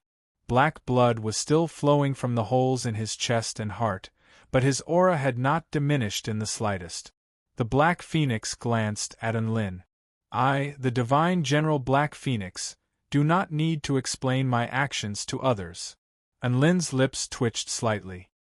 He had never seen someone who would go back on their word in such a self-righteous manner. White Phoenix, the Black Phoenix called out. The White Phoenix rose into the sky from the center of the sacrificial altar before flying to the Black Phoenix's side. A powerful aura swept forth in all directions as holy flames seemed to be able to purify the heavens, striking fear into the hearts of onlookers. Go and take care of those two humans. As for the last one, I'll show him what true power is like. The Black Phoenix's killing intent seemed to be trying to pierce through the air to kill him. The White Phoenix let out a clear cry and began to flap its wings towards Mo. White flames gushed out from its body. This was a pure and flawless divine flame. It was as if a great sun had descended, incinerating everything in the world. Mo's body trembled as he sensed the vast and terrifying flame power. Who would have thought that a legendary divine flame mutant beast would exist here? How fortunate and exciting! He shouted loudly, and the word "kill" appeared above the wind punishment disc. An ancient and boundless power was attached to the blade, and it furiously chopped at the White Phoenix.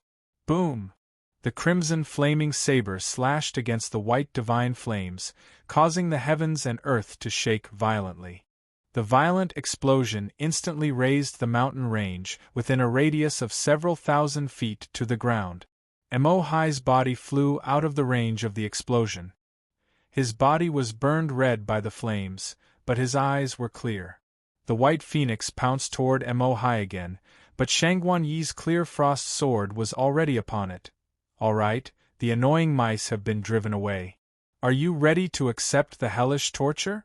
The Black Phoenix looked down at Enlin from above, and the expression on his face gradually receded into an emotionless expression.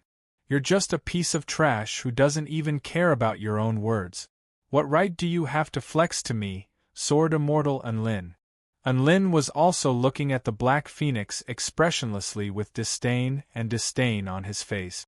The Black Phoenix harumphed coldly, and the projection of a Black Phoenix suddenly appeared behind him.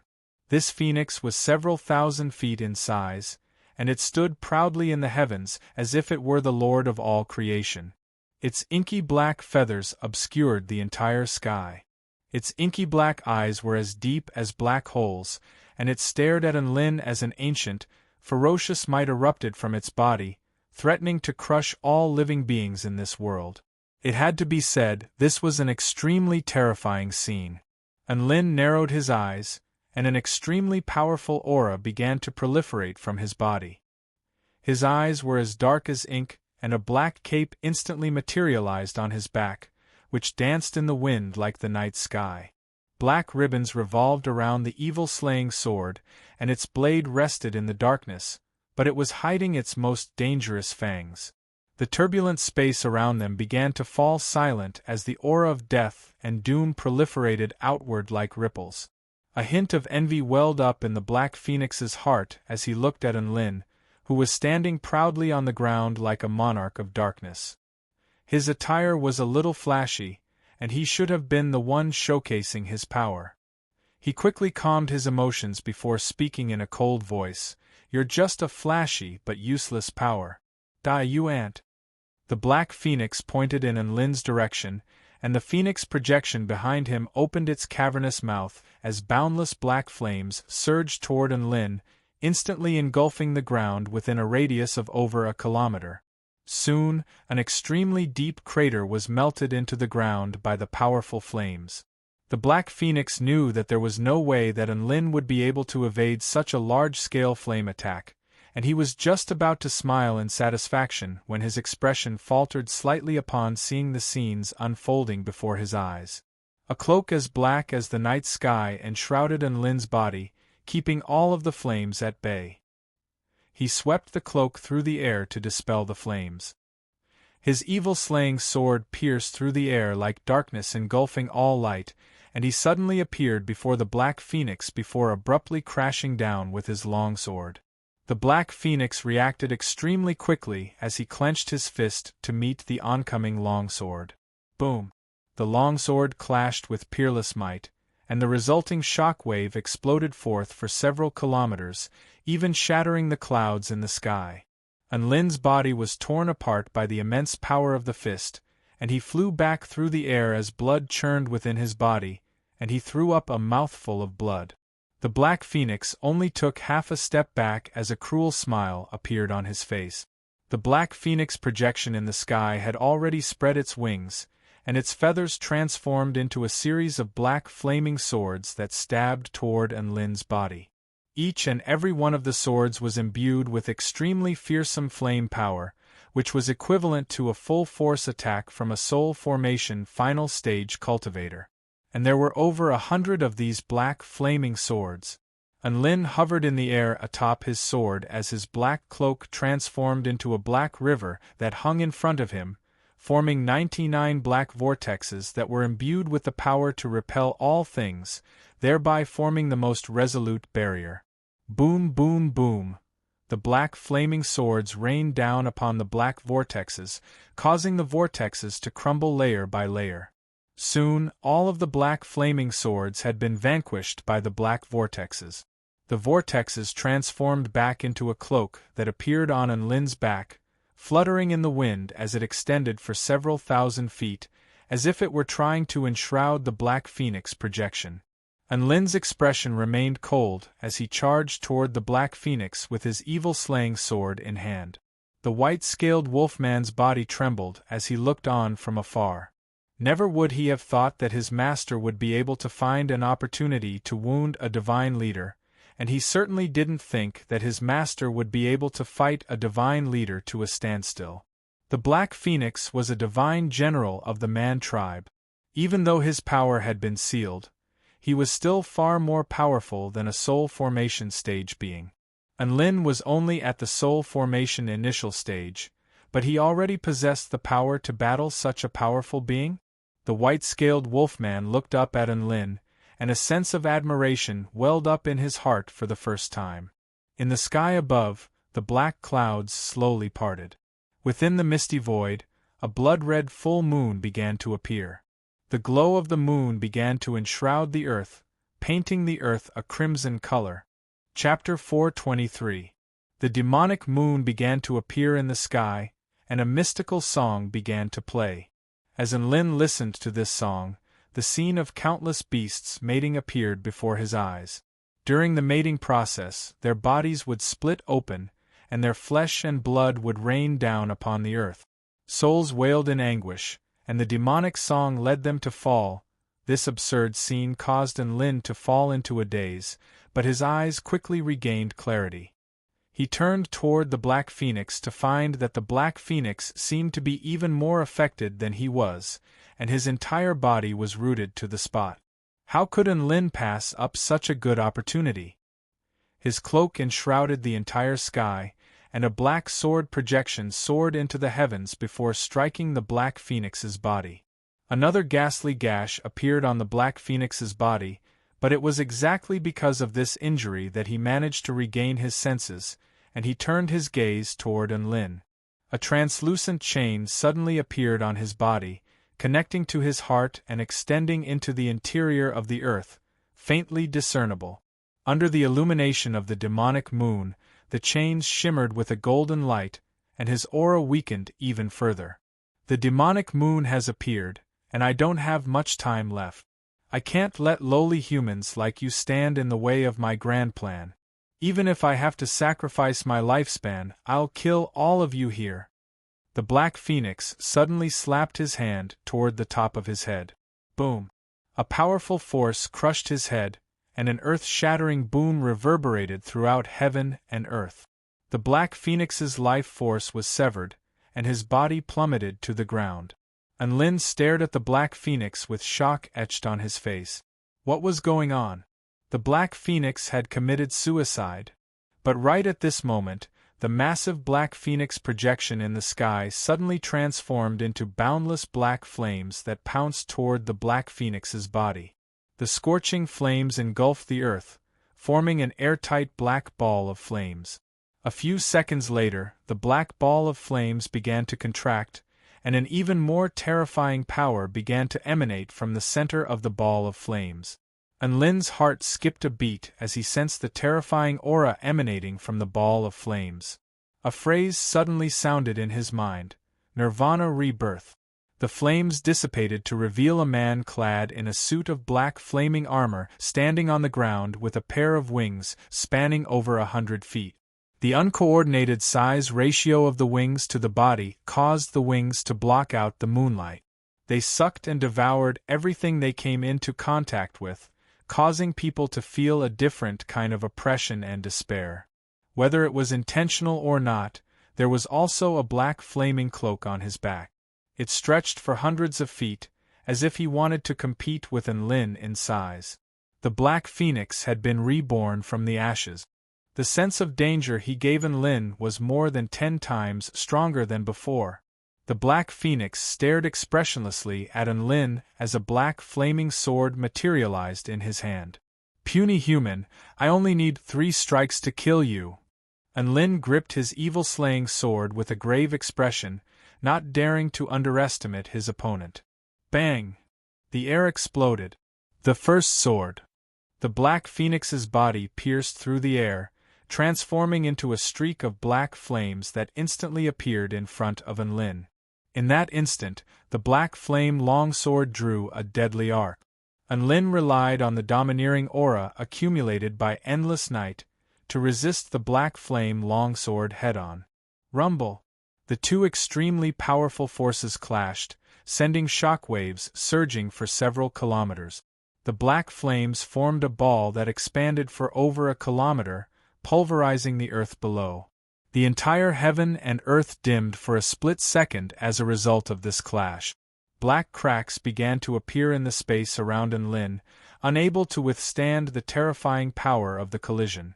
A terrifying power swept through Enlin's entire body, and he felt as if all of his organs had been torn apart as he threw up a mouthful of blood. Enlin's body flew through the air like a cannonball before crashing into the side of a black rock mountain, causing the entire mountain to tremor violently. The Black Phoenix didn't stop there. He raised his black flame longsword high into the air, and pure flame power soared into the sky, forming a black longsword that extended for several kilometers. The sword flames seemed to be able to incinerate the entire sky as it slashed down toward Enlin with the power to incinerate heaven and earth. Second sword strike. The huge mountain was instantly sliced in half by the huge black sword, and the two halves continued to descend upon Enlin. Boom!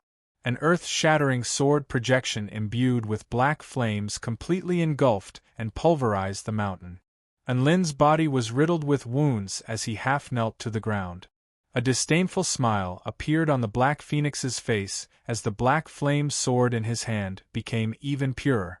A miniature Black Phoenix was circling around the black flame sword, making the power of the sword more and more fearsome. Not bad to be able to defend against 2 sword strikes that are barely at the return to void initial stage. However, it's time to end this. The final sword strike will be a true return to void initial stage sword strike. You're dead for sure. The Black Phoenix walked toward Enlin, covering a distance of over 1,000 feet with each step he took, and the power of his sword increased with each step he took. When he took the final step, the power of his sword had already risen to a pinnacle. Third sword strike. The Black Phoenix's body pierced through space, and his sword was aimed directly at Enlin's heart. Enlin closed his eyes as a black mist revolved around his body. Origin energy of the netherworld. Dawn. An extremely dazzling light burst forth from the evil-slaying sword, as if dawn had arrived at the end of the night. The black sky was torn apart by the white sword projection, and the black flames were suppressed by the paramount light. The Black Phoenix's eyes widened, and he felt like his head was spinning. He was unable to see the man before him clearly under the illumination of the white light. The power that had been repressed for so long was finally going to be unleashed when it broke through its shackles. The white sword projection lit up heaven and earth as if it were day, and it even eclipsed the light of the demonic moon. This was a powerful, dazzling power that was filled with boundless hope. The sword projection fell, purifying the heavens.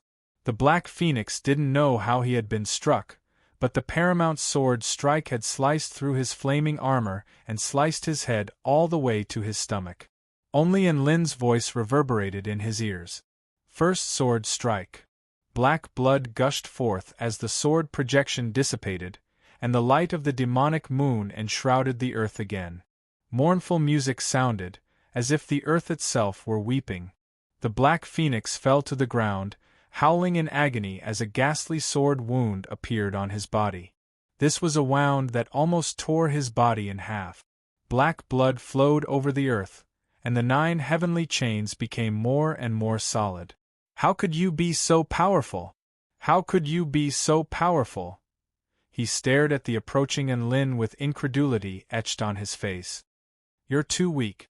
Enlin made his way toward the Black Phoenix with his evil-slaying sword in hand. Even though he no longer possessed the endless night technique, his paramount aura had not diminished in the slightest. The Black Phoenix's body trembled as he stared at Enlin, and he suddenly felt like he was becoming taller and taller. Impossible. I can't be defeated by a lowly human like you. He looked at the sacrificial altar in the distance, and a vicious expression suddenly appeared on his face. How can I, the divine General Black Phoenix, be defeated? I'm going to kill you no matter what price I have to pay.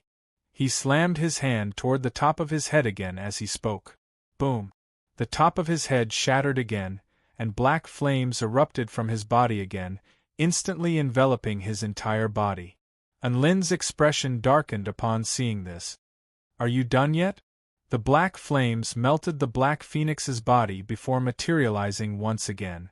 A vast and powerful aura erupted forth as a Black Phoenix broke through the flames and descended upon the world.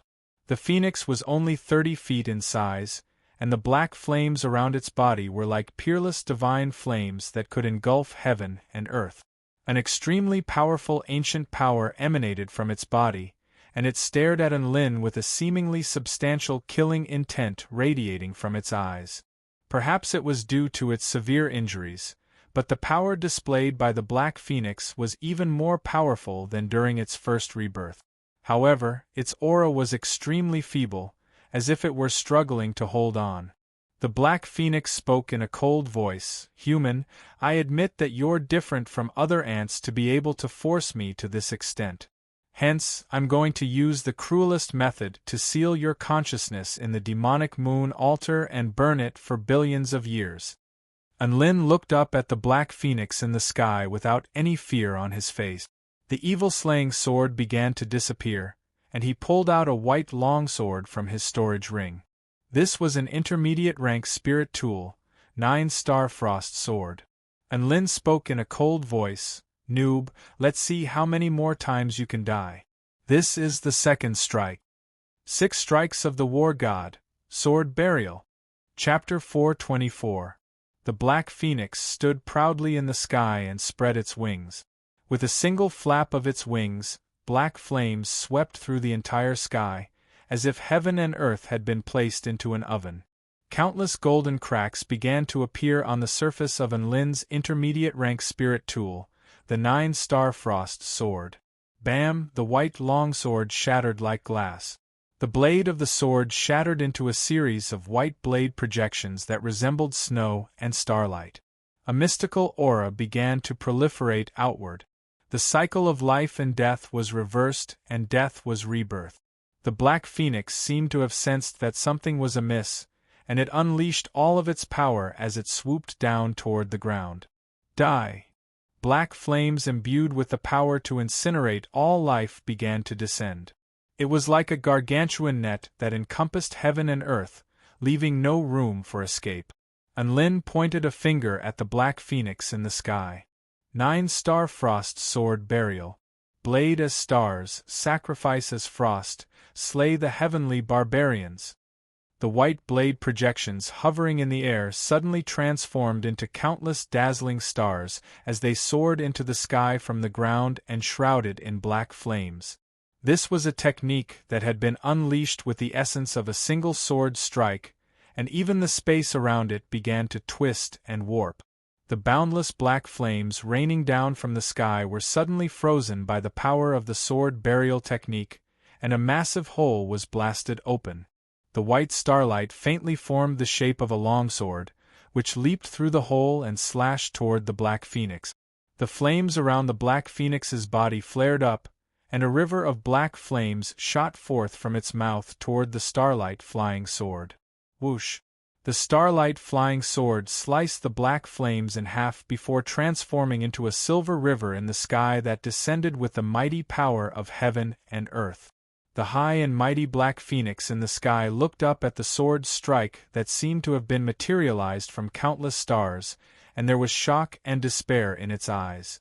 One breath later, its body was sliced in half by the sword's strike.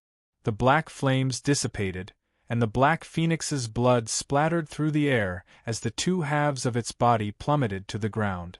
The origin energy of the netherworld around Enlin's body began to disappear, and he looked up into the sky with a slightly dazed expression. He saw a crimson object in the shape of a water droplet hovering in the air where the Black Phoenix's body had been torn apart. Enlin didn't even think before casting a spell to scoop up the object and put it into his storage ring. If the boss dropped something, it would definitely be a top-tier item. Let's take it first. He looked at the White Phoenix in the distance, where the battle was still in a stalemate. The White Phoenix was only slightly weaker than the Black Phoenix, but it was still extremely terrifying. Even though Shangguan Yi and Mo Hai were both more powerful than the average Soul Formation final stage cultivator after using their mystic treasures, they were still completely outclassed by it. Enlin wanted to go and help them, but he found that he could no longer muster any strength. Shangguan Yi and Mo Hai also knew that this was the moment where victory or defeat would be decided. Mo Hai's wind punishment disc had already cracked. With an angry roar, he activated all the power of the Phoenix punishment disc. The long blade streaked across the sky like a crimson rainbow, and the cries of phoenixes soared into the sky. The crimson blade slashed out a crimson light that spanned over 1,000 meters. It contained all of the Phoenix punishment disc and Mo Hai's power, and this attack was enough to slice a mountain in half. The White Phoenix folded its wings, forming a translucent eggshell around it. Rumble! The crimson saber projection struck the eggshell, and the resulting shock waves pulverized and melted the ground within a radius of several hundred meters.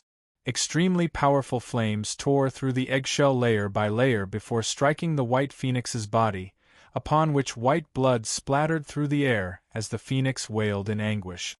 Shangguan Yi flew through the air atop a snowflake, and her long sword transformed into a massive frosty sword over 1,000 feet in length, instantly covering the ground within a radius of over a kilometer in ice and snow.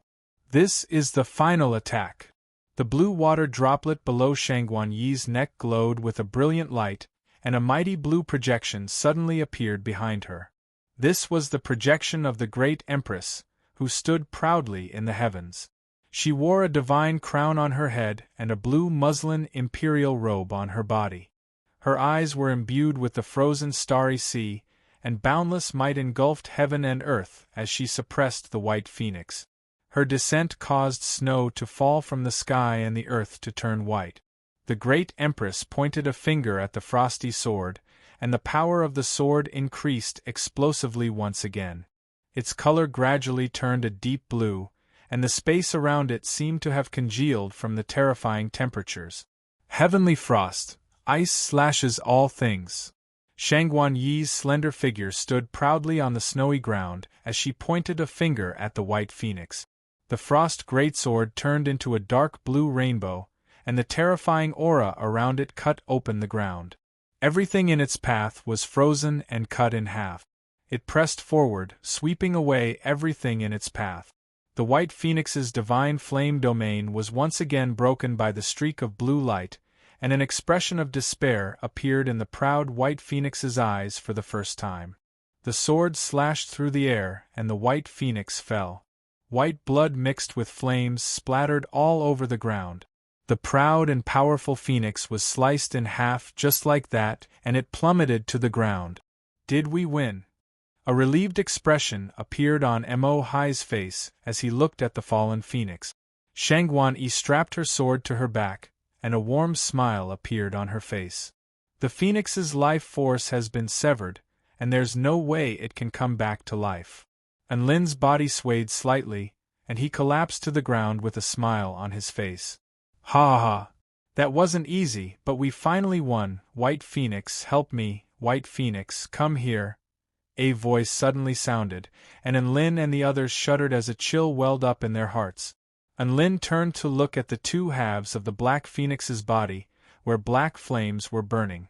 At the same time, the White Phoenix's body transformed into a white flame that rose into the sky before flying toward the black flames. The two flames combined to transform the earth into a sea of black and white flames, upon which a brand new life was being born. The black and white flames were like a pair of fish, and the phoenix was reborn. The Black Phoenix's body materialized as a pair of white wings appeared on its back. The power of purification and engulfment combined to create a paradoxical combination of life and destruction. One of his eyes was black while the other was white, creating a world of light and darkness. Are you in despair now, ants? The Black Phoenix walked out from the flames expressionlessly before looking at Shangguan Yi and Mo Hai, both of whom had expended all of their energy, before turning its attention to Enlin. Enlin gritted his teeth as he stood before the Black Phoenix, and the evil-slaying sword in his hand began to ring incessantly, as if his battle intent was surging. However, the after-effects of using the origin energy of the netherworld made it so that Enlin couldn't even muster up his vital energy. The Black Phoenix chuckled mockingly. Hee, you can't even hold your weapon properly in your exhausted state, how are you going to fight me? He spread open his palms, and a white flame appeared on his left hand while a black flame appeared on his right. He walked toward Enlin like a fiend celestial. Enlin suddenly burst into laughter as he looked at the approaching Black Phoenix. Who says I can't use my power just because I've exhausted my vital energy? The Black Phoenix's footsteps faltered, and a cold expression appeared on his face. You're about to die, and you're still trying to put on a brave front? Enlin smiled. Third strike. His words were like a curse, and the Black Phoenix's heart jolted in shock. At this moment, Enlin had already opened his mouth, and a terrifying energy converged in his mouth before erupting forth. Boom!